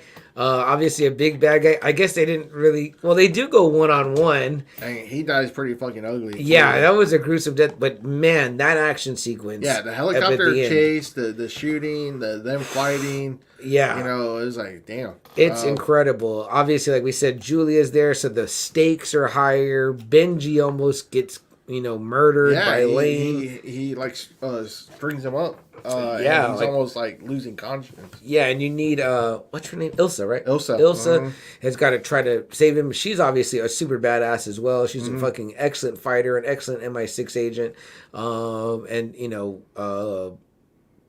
Well, their relationship gets deeper too. Yes, their relationship gets deeper. Yeah, and we find out that Julia is married and she's happy. She married. Yeah, and it kind of puts that to rest, right? Do you feel like that? I think so. I was like, okay, cool. That's how they kind of got rid of that. Right. We're moving on from her, and you're almost left to be like, okay, now because maybe you've already kind of like hoped for like. As the young people say, that you shipped together him and Ilsa. You're like, oh, okay, you want the Hunt Ilsa ship. You know what I mean? Yeah. So you want them to be together. Which they really never pushed the button on that at all. Yeah, which is kind of fine too, because maybe even though it's kind of maybe a more ideal mate, right? Because like she knows the life and she can defend herself, and the kind of the classic thing where it's like Wolverine can't be with Mariko, but he could be with like a I can't think of anyone. maybe like a Psylocke or something, Psylocke, because yeah. she's like a fellow Yeah. warrior. You know what I mean? Like I got my own shit. Yeah. I can handle my shit. You know what I mean? I'm trying to think what they did that in. They did that in something where there was like, oh, they warriored, and it was like it made like Ricky Michonne. Like, Ricky Michonne is a good example because it's like this is a compared to bad Lori. bitch. Yeah. Oh yeah. Definitely. But Henry Cavill does really good. Solomon Lane, he dies. This is where he dies. Yeah. Good riddance to yeah. bad rubbish. Although great villain. Alec Baldwin dies too. Yes. By Henry Cavill's hand. That was like fucked up. I was like, fuck. Like as soon as and he did a really good job too here. Like him and Tom Cruise really did a good job. Yeah. And a lot of people are saying that they might have picked Alec Baldwin because he played Jack Ryan. So and then he does become the head of the CIA in Rogue Nation, Yeah, So and then he's the Secretary of State. Yeah, right. So, By the end. he becomes the Secretary. Yeah, the Secretary of State. Yeah, so they're like that was kind of like their little tip of the hat to the Jack Ryan franchise. Yeah, nice. I like that. That's totally cool, man. Yeah, that's cool too. Yeah, because it's like Tom Cruise... Clancy movies are great. Yeah, we still got to do that. I still not having got through these. I want to get through those as well. And you know what's nice is that like it seems like Cruise is doing his own Expendables in a way, paying his homage to all the spy stuff and like giving it all the love, which is totally admirable and respectable, because these movies do bring together all the best elements of that. So that's Fallout, right? I think this is what Lane tells him. He's like, you're going to be the one, Hunt, that experiences the fallout of all your things. And that's pretty much too. And it also is the type, the fallout from Rogue Nation too, in a way too. So it's like you said, this is actually like before Dead Reckoning. I would say, oh wow, this are the two movies you probably have to see. Yes, because they're part 1 and part 2 almost. Right. So right. Yeah. Where the other ones are standalone. These two, you kind of have to see part 1 and 2. Yeah. But that leads us to, what we led with here that we were going to talk about. But of course, we took it through the paces of what we thought about the entirety of the Mission Impossible franchise, from a Mission Impossible, the first one in 1996, all the way up to Fallout, and then to now in 2023, where we get Mission Impossible Dead Reckoning Part 1. Which I believe, CM, that it got pushed back this far because of the COVID situation. Okay. And that's why it got pushed out to 2023. So it's probably done a while ago, right? I think it was, and I don't think Tom Cruise wanted to release any movie to streaming. He wanted all his movies, this one and Top Gun, to be at theater. And a wise choice. Obviously, we've seen that. And again, what we have just been saying is that stuff has not been proving to be a draw. So it began in 2019, but then it got halted in 2020. During COVID, and then it resumed and then wrapped up in September 2021. So it's kind of like it was lots of stop and go. So this might have been released, if it had been filming in 2019, it could have been released by 2020, 2021 if there was like no pandemic. It could have possibly have been released like 2 years ago, maybe. Interesting, and that might have how's it doing in the box office? Do you know? Right now, it made $259 million worldwide. Okay, I thought I saw it was number 1. It was number 1. It did hit number 1, right? Okay, so it's like doing okay, but obviously we've got Barbie and Oppenheimer coming out, and not just that, but this was another one too that the budget was $291 million. So, but the start is not too bad. Hopefully, they always said the Mission Impossible movies have never been big openers. They have the legs. They leg it out. To become really big hits. But I think this one is by far the most expensive of the Mission Impossibles. I think I was looking at them. The other ones were like maybe 140 to 150, and they were averaging like 600 to 700 million. So which was a great profit. Yeah. But this one, now they really push it up. But they're saying because of the COVID shit and everything, that it shot it up to like 291 mil. I wonder too, Double A. We've been talking about this the last couple of weeks, right? And I want to give real credit quickly, because I know we mentioned news earlier, and we didn't talk at all about the writer's strike, and then obviously the actors joining them, which I think is great on the actors' part. Although I do feel a little bit Double A, where I'm like, well, you guys are making the $20 million a movie, not them. You know what I mean? The writers. I'm like, I don't think. I'm like, so I'm like, why don't you give them a little bit of that pay? That'd be probably help them out a lot. You know what I mean? But again, it's cool that they're joining them. I've seen like Jason Sudeikis out there, like other people, and obviously this has halted a lot of productions in Hollywood. Deadpool 3, you know, being kind of notable. And it's kind of funny because this, like the anime of Dead Reckoning, is kind of what the strike is all about. Yeah, which I thought was a pretty brilliant enemy in my opinion. I was kind of like, ooh, spooky. Yeah, I mean, obviously, I think that we want there to be great writing, great acting, and the writers should be treated fairly. It's kind of like I said, if this strike didn't happen, we could possibly be looking at no more actors. Kind of mainly likenesses being used, images being used of actors that are long gone, dead, or maybe even de-aged, and you might have just people. You might eventually have people just studying certain actors' movements. Yeah. You might have to start studying the way Al Pacino walked and talked. Right. You might have to start studying like Arnold Schwarzenegger's movements, and being kind of that body double and just being the likeness put over that body. You know what I mean? And probably making vastly less. Like there was the guy that doubled Luke. It's like it was Mark Hamill's face, but he was the body of Luke or whatever. You know what I mean? It's like, I don't know if as an actor, if your goal, again, I would take that in a fucking heartbeat, but I don't know if your goal is necessarily be like the face behind someone else's face or whatever. Now, again, like you said, write your own franchise, write a character that looks like Double A and CM Chuck, you know what I mean? It's like, that may be, one thing to consider or whatever, however, but, again, when you're talking about Star Wars and franchises that already have these long-standing characters, look at what we talked about, Double A, Avatar, right? It's like, it's a movie that's primarily CGI. It's like, how many actors do you really need? You know what I mean? You don't really, if you want to make it all. Well, how many times do we say Transformers? We don't want to see humans, just robots. It's pretty much just what I said. They have all the shit on them so they can get the walking and stuff like that. But you're being covered by a layer of skin. And not only that, but you don't really need Sam Worthington anymore. You can probably just get anyone or even a similar sounding voice. You don't need Kate Winslet. You don't need Sigourney Weaver. You really don't need any of this because you could have just put anybody behind this. I didn't even know that those people were fucking in it. Yeah, they are. Kate Winslet's in there. Is that right? Yeah. I mean, I think Zoe, right? And her too. But yeah, you know what I mean. But it's like you said, you don't even need it, honestly. Yeah, like we always say, Transformers movies. We're sick of the humans. We want the robots. It's like you could really just do an all Transformers movie with CGI. I mean, like I said, look at what we talked about with the animation regarding, Across the Spider-Verse. And it's, it's still there at theaters and it's still fucking kicking ass. Whatever, you know what I mean? And again, that's a great movie, but okay. But back to this one now, guys. Like I said, this is the one we came here semi-primarily to talk about, whatever. We want to talk about Dead Reckoning, whatever. We're not going to go like a spoiler-filled play-by-play of the movie, but there will probably be spoilers in our conversation. Yeah. So that's why I put up the ticker at the bottom there. So, guys, if you have not seen Mission Impossible Dead Reckoning Part 1, spoilers are coming. Yeah, you've been with us for almost 2-3 hours already, so you should be ready. Yeah, and so again, it was a trailer that really got me pumped up for this one. I was like, okay, so that's what started me on watching all the Mission Impossibles. Yeah. And man, at 3 hours, it doesn't feel like a 3-hour movie. It goes really well, and I really enjoyed this one a lot. Excellent pacing, I thought too, and I knew you had said that to me, and it was kind of a little bit conscious of it, and I was like, is it going to feel like it? But as the movie was going, I was like, oh, this is good. We're right here, boom. We're right here, boom, boom, boom, boom, boom. It was moving really quickly, and not that it was moving quickly, but it was moving at a good pace where I didn't feel like it was dragging out.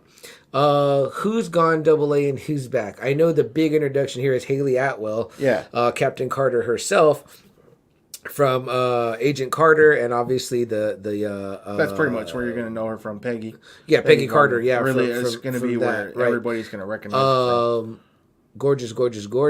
Obviously, her last stint as Captain Carter was. I was iffy on her character. I'm hoping it gets better in part 2. Yes, I felt a little bit the same way. Double A. I was kind of like, she starts out with kind of this like not real background in what they do or whatever, just is pretty much like a thief or whatever, but in a sense gets recruited. What did you think about the introduction of the choice, Double A? Like, and we also get this little bit of background on Hunt, where there was something that he was a part of, a murder not a murder, but like someone he knows got killed, and then that led him to wanting to be given this choice. I felt it was kind of Matrixy. Like I thought so too. Yeah, I didn't know. Do you want to be how in, I thought or about do you that. want to Yeah, be? I thought you just had to. I thought you join in just like how you do with the CIA or FBI. Right. Like I you're didn't know highly trained. I didn't know they all highly- had bad backgrounds, and you can get out of this situation if you join us. You know, it's Right. like, oh, okay, Right. Oh. Like it's like, oh, all your crime will be expunged Yeah. if you come work Yeah. for this, whatever agency. Yeah. Yeah, I felt like it would that it's I don't know why they're kind of just mentioning that now. Like we know Bond was what, Royal Navy? Is Yes, that what he was in Navy, yeah. Royal Mhm. Navy, you know what I mean? Like you always kind of feel like there was like some type of military Yeah. background and training that goes into it. But I mean, I guess this is a little bit different than that. So Sure, it's like it's sure. kind of like the A-Team. Isn't the A-Team like that? Where it's I like they think have it like was. Yeah. they were like, accused of crimes and then they got out of it. So we're kind of learning a little bit more about IMF and a little bit more about Ethan Hunt's past and someone he lost. And we get introduced to Esai Morales' character. Esai Morales, most famously... Who turns out to be like a mentor to Ethan. Yeah. Most famously, you know him as Bob from La Bamba. But me and Double Which A you were wouldn't talking even about... recognize him. No, you wouldn't even recognize him. I told Double A what I really enjoyed him in most recently was as Deathstroke in Titans, the show that's on HBO Max. He is a really excellent Deathstroke. I know we didn't get to see that much of Joe Manganiello, but I mean, from what we did see, Esai Morales did a better job. He was really, really great, really sinister and menacing and cold and calculating. And Double A, you said he did a really great job in what show was it? Ozark. Okay, yeah. So Esai Morales, man, back on top. I was bad. The Latino had to be a bad guy, but I'll take it. Yeah, he's good at it. And he's very slick in this. Yeah. Very, again, cold, calculating. Not your classic like screaming angry villain. No. So a good successor to the Solomon Lane character. Oh, yeah. I thought. What's his name in this one? Gabriel. Gabriel. Yeah, just Gabriel. Yeah, and I thought this was a pretty fun plot. Double A. Yeah, it's AI. AI, is back yeah, there. that pretty much like everything we've pumped into computers, including this, you know what I mean, like this podcast, but like everything that goes into your phone, your text, all your money is electronic. It's become self-aware. Yeah, the decisions you make. I mean, like and it's Every probability. but at the highest level, right? Like, let's go to HEB on Yes. Thursday, and you pick up milk and eggs, or whatever. So it's like we know you eat this, and it's just like it just knows everything about everyone, and that is the scary part. It becomes self-aware.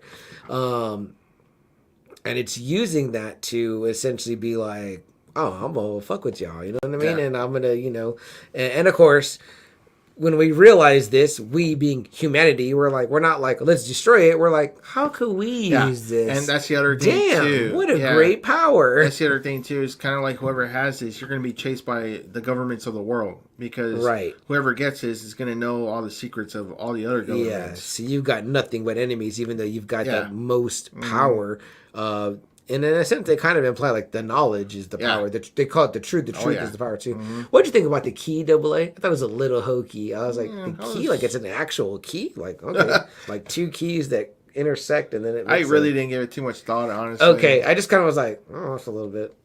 All right, like I don't know. Maybe that went over my head. I just No, Yeah, I mean, maybe I you're overthought right. it. No, but maybe Yeah. you're right. Yeah. Yeah, maybe it's like wow, it's two keys. Yeah, and then You it's put it like together, and then and it's a key. I'm like, when does the Well, it's computer an run actual. on a Oh, it's an key? actual key that opens it. Yeah, it's like that runs Oh, this okay, thing, whatever. shit. So you get the hunt. The hunt is for this key. That's the kind of the quest or whatever. Obviously, there's various interested parties, including Gabriel, including IMF. Yeah. We get the return of a classic character as well from part 1, right? Dolly from the first Yes, Mission Impossible. Henry Czerny, who plays Eugene Kittredge. Yeah, Kittredge. Yeah. Man, What a scumbag in part 1. Yeah, what a scumbag in part 1. You've never seen me very And upset. He's still pretty much a scumbag still. I love that scene when he starts all this shit at the table. He's like, all right, enough, Mr. Hunt. Yep. He's like, oh, you saw mom and dad on the farm, which later on we learn in films because in the first Mission Impossible, Hunt's parents are alive on a farm. We learn later on they've passed or Yeah. whatever. So We get Pom Clemente, who Marvel alumni, Mantis. Yeah, Marvel alumni Mantis. She plays Paris. Super badass in She this. was great in this movie. She was great. And I couldn't place her. I was having such a hard time placing her. When I saw her name, I was starting to look for her because because I was like, man, I know her from somewhere. And so I think she's a little bit of like a adrenaline junkie in real life. I think from what I've seen on her Instagram. Okay. So she may have done some real stuff herself. She had some great costumes, I thought, in this, and she was really good and intense, I thought. And then we got Cary Ells. He comes in. Yes, Cary Ells. Yeah, the director of the National Intelligence. So Mr. Princess Bride himself. Yeah, so that was a cool surprise. Because they always have pretty big people playing like the heads of certain departments. That's the other thing too. Yeah. So and again, it's cool. Like they get a great cast, they get great actors, and it seems like everybody comes to play ball. So big time. That's they know it's going to be a big deal. Yeah. Yeah. I mean, again, like they didn't bury the lead because we see this amazing stunt in the trailer with Tom Cruise going off this cliff on a motorbike. And that's where Sam was talking about too. Like, there's like how am I going to get to the train? Okay, follow this. Keep going. Yeah. And he's like, I don't see the train. Where's the train? And then you see it's like on a mountain, and he's like, I'm on a mountain. Yeah. He's like, well, you have a parachute, don't you? And he's like, it doesn't work that. Like, he's like, it doesn't work that he's way. telling him, like, which is kind of cool, right? Because it's like, thus far, you've seen like Hunt on top of fucking trains and fucking helicopters and bike versus bike. I mean, you're like, what the fuck? Like, this, again, like his bravery, like his courage is like fucking through the roof. Where you're just like, man, this guy has got. Yeah, or like Simon Pegg's character Benji is kind of like, you can go ahead and do it, right? Like, yeah, like almost like nothing for you, right? Hey, you've done a bunch of crazy shit like this. You know what I mean? Like, aren't you used to it? Where you almost kind of get a sense a little bit like where Hunt is like, well, fuck, like my luck's bound to run out. You know what I mean? It's a great scene. It rightfully belongs more towards the end of the movie. Yeah. And the big thing that we kind of glazed over here. This is called Dead Reckoning Pt.1. So that leads us to believe there's going to be it's not going to finish. Right. So right about the time it was wrapping up, I did feel, I was like, oh, I could feel like I was like, okay, we're getting towards the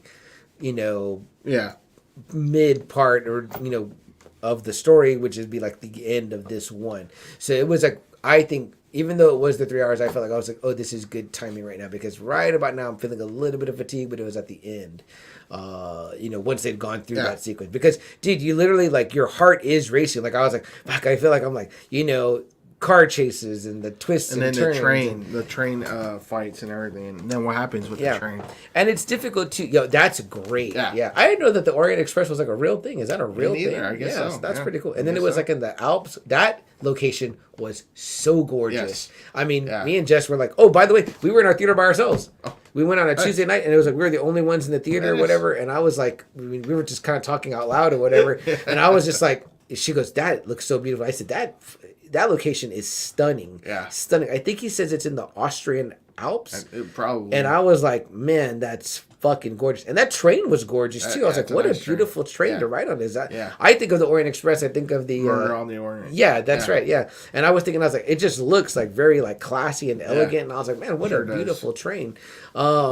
But obviously, the movie takes you through all the classic paces. You know what I mean? Yeah. The only thing is, in this one, he does lose someone, and fortunately, it had to be Rebecca Ferguson. Yes. I really had fallen in love with her character from Rogue Nation and Fallout. Yeah. I was really upset when she did die. I was like, son of a bitch. So now especially after I had that moment where they looked like they were finally solidifying their relationship. Yes. Yeah. When they hug when she just grabs him and hugs him. I really love that. Was a really tender moment too. Bitch. And that's it. They've gone through some kind of like back and forth too, where you're kind of sure like, are they or aren't they or whatever? But it looked like they were finally like, all right, let's just. And do you feel like they kind of have inserted Haley Atwell to be the? I hope not. I hope she's not going to be the love interest. Okay. Because like Rebecca Ferguson just played the hell of that character. Yeah. And they just seemed like a better fit. Yeah. She was really great. I'm kind of okay with it because I like Haley Atwell. I like the idea of maybe seeing him train someone up. Train fine, but I don't know about the love interest thing. Oh, I mean, I think that I think that Tom Cruise wants to make out with Haley Atwell, so he's gonna. Well, I think he already did in real life. Damn. Are they dating? I don't Shit, know. I don't know. You're probably right though. I mean, I'm sure she's not opposed to. I'm sure she's probably like, yeah, fuck yeah. You know what I mean? So that's a notch, I guess, in anyone's belt.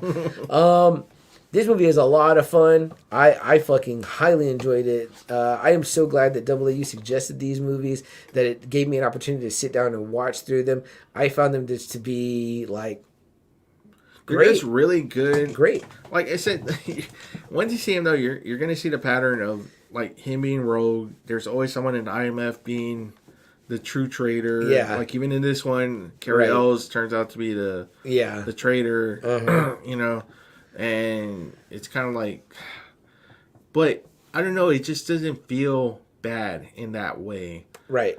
Like part 1 does a really good job. Part 2 is kind of I really wouldn't recommend part 2. Part 3 really is the one I think feels that it really starts off this trend. Yes. And then Ghost Protocol just really stepped it up. To where it's like, okay, this is what you're going to be getting from now on. Yeah. And then Rogue Nation and Fallout are really good 1 and 2.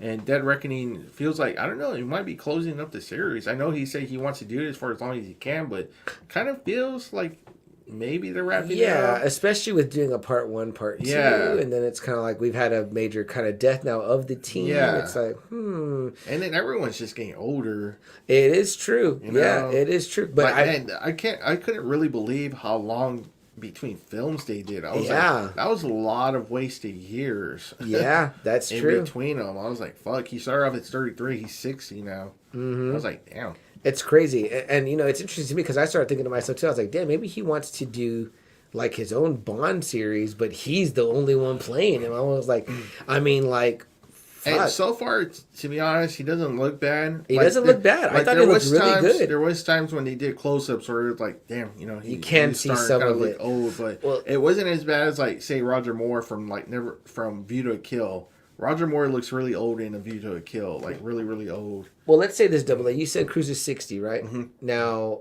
how old did we just see Harrison in 80. Dallas? So that means... But they treated him like an old man, though. In that one. No, some things. Let's just say, you know, he does he closes the gap a little bit more and gives us like every 2 years, Marvel movie style or whatever. Right. I don't know. He would have to really dedicate then the rest of the time. His rest of his career to that. I mean, that's true. I don't know how much more he wants. I think he's probably still... I would still want him to see him win an Oscar. You know what I mean? Like, you know. That's not going to happen. Well, These guys especially are never now. going to give this fucking His supporting actor nom was for I thought he had only been nominated once. Born on the 4th of July? Yeah, but you might be right. He might have I think it was supporting actor for Magnolia, which he is really stellar. And that one he did get nominated for Best Actor. Yeah.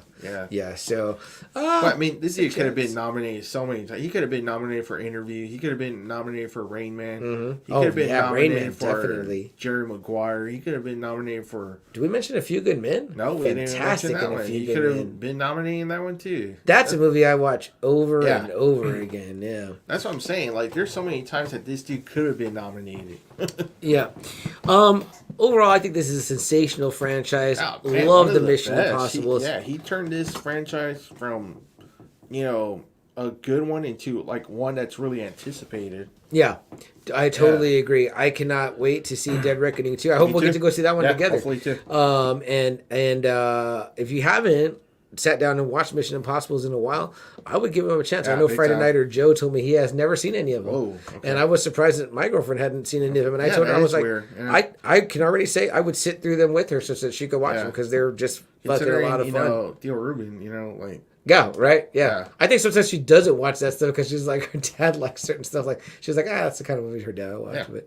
But for me, I'm all in. Love spy shit. Yeah. Love, espionage and international travel. I mean, I'm all in. So. It's like he said, he took a new character, and he made it his own. Right. You know, and that's all you got to do, you know? I mean... Enough trying to change this character and this character, just make your own character like he did. Yeah, sure, the name is there or whatever, but it's like new missions. But it's not the Phelps. It's not, and it's nowhere near. like these blow the series away. Obviously, Oh yeah, obviously man. it's because of what they can do. I mean, And the other great thing that he's done really well. Tom Cruise has evolved the Ethan Hunt character to he's a character that like you care about, and he's also Yeah, a character big time. of conviction that big you time. see. And they've done a good job making you like the other characters, like you said. Oh yeah, like I love Luther, I love Yeah. Benji at this point. Yeah. Like you were saying about Ilsa, it was Yeah, like damn, I really like, liked her character a I lot. felt I that. was really yeah. mad when she died. Yeah, I was like, oh man, but I kind of felt that I was like, it's bound to be someone's Yeah. gonna lose someone now too. And I so. just knew Haley Atwell wasn't gonna die. I was like, they Oh just no, brought her in. I was yeah, they just brought her like, in. there's no way that they're gonna kill her off. Yeah, and we also get Max's daughter is back in this one as well too, the White Widow. Mm-hmm. So really, really solid movie. Again, we tried to leave it as spoiler free as we could, but again, I cannot suggest these movies enough. I had a blast. Yeah, I did too. They were fun to watch, and this one was really fun to see. This was my first time going back to a theater to see Mission Impossible since Part 2. I think that I think that I'm in the same boat with you. I think that I'm the same boat with you. Yeah, so it was cool seeing this and a big improvement. Yeah, and I watched these over the course of like 2 days, and it was like too. easy. I couldn't wait to flew start by the these next one. quick, yeah. I couldn't wait to start the next one. Even Yeah. you were like, "Well, that was fast for me," Yeah. which I was like, "Oh, dude, I couldn't turn it I off." couldn't believe. Yeah, I couldn't believe it when you said you were ready. I was like, oh wow. Okay. And you know what I realized? There's a great submarine sequence at the beginning of Yes, this one. I that realized this. I AI. was like, man, I love a submarine movie. Yeah, me and my brother when we saw her like, look, it's Red October. Red October, I know. I was like, man, we need to do Red October and Crimson Tide on this yeah, show, no kidding. submarine series. No I never kidding. seen U-571 Me neither. or Das Boot. Damn. Okay. Damn, you seen that one? Fuck no. Yeah, see, maybe we gotta watch this. Or is that one about a boat, not a submarine? I don't know. Either way, guys, I think we've kept you long enough. Am I right, Double Yeah, A? big time. So let's go ahead. I mean, we were doing 7 movies in one, so I don't know what. Yeah. we tend to We've be done overly this ambitious. before. No, we've we've done done it this before. before. We've done it before. Anything you'd like to say before we get out of here, Double A? Now, just have a good weekend. Stay cool if you're in the Texas area. Yeah. Yeah. And I guess tell us how Barbie is. Yeah, tell us how Barbie is, and if you saw Oppenheimer, tell us how that is too, without spoilers if you can. And if you want to wait to watch those when the crowds are dissipated, go watch Mission Impossible: Yeah. Dead Reckoning Yeah. Part 1. It's a lot of fun, and if you need something to do before you go, check out the other Mission Impossibles. They're all available streaming on Paramount right now. Yeah. And that's where I watched them. Is that where you watched them? I watched the first 4 on Pluto, and then my brother had the rest on Blu-ray. Oh, nice. So, okay, yeah. great. Wow, that's cool. He's been buying Yeah, them. Huh? he actually has a whole 6-pack. Damn, yeah. I need to tell him to get me the Blu-ray codes. Yeah, no kidding, right? But I mean, I couldn't watch them fast enough. I thought they were Yeah, all no, highly same here. enjoyable. Yeah. I was humming the theme like all Like I said, I weekend think long. for me, Part 2 was the only one that was like, Yeah. Shit. But I just couldn't stop, being like, Yeah, after bump, that, yeah. bump, bump, bump, bump, bump, Yep. bump, bump, bump. All right, guys. Well, something we like to say at the end of every show, every time you're here with us on Just Another Friday Night, is that we'd like to remind you guys to, if something you want to do, a hope, a dream, something that you wish to accomplish, go out and do it. Today is the day, guys. Seize the day. Carpe diem. There's no time like the present, right, Double A? Yep. Go out there and get it done. I can tell you a guy that certainly has no trouble with that is Mr. Ethan Hunt. Yep. He seizes the day. He all right. seizes the day. Sometimes he doesn't even know how he's going to do it. He just does it. And he So- definitely does what CM's about to say right here. which is what we get the quote from, not Captain Carter as Captain Carter, which she was, but her opposite, which is Steve Rogers and Mr. Captain America, who says it reminds us of the end of Endgame before they go on at the beginning of Endgame when they go on the time heist to do whatever it takes, which also Ethan Hunt says. He reminds Yes, Benji, he he's like, does. we're going to do Yeah. whatever it takes. So Yeah. I was like, damn, that's fucking slick Yep. right there. That's a nod to Just Another Friday Night, guys. Yep. So, guys, we want to remind you all also to do whatever it takes within the realms of the law and decency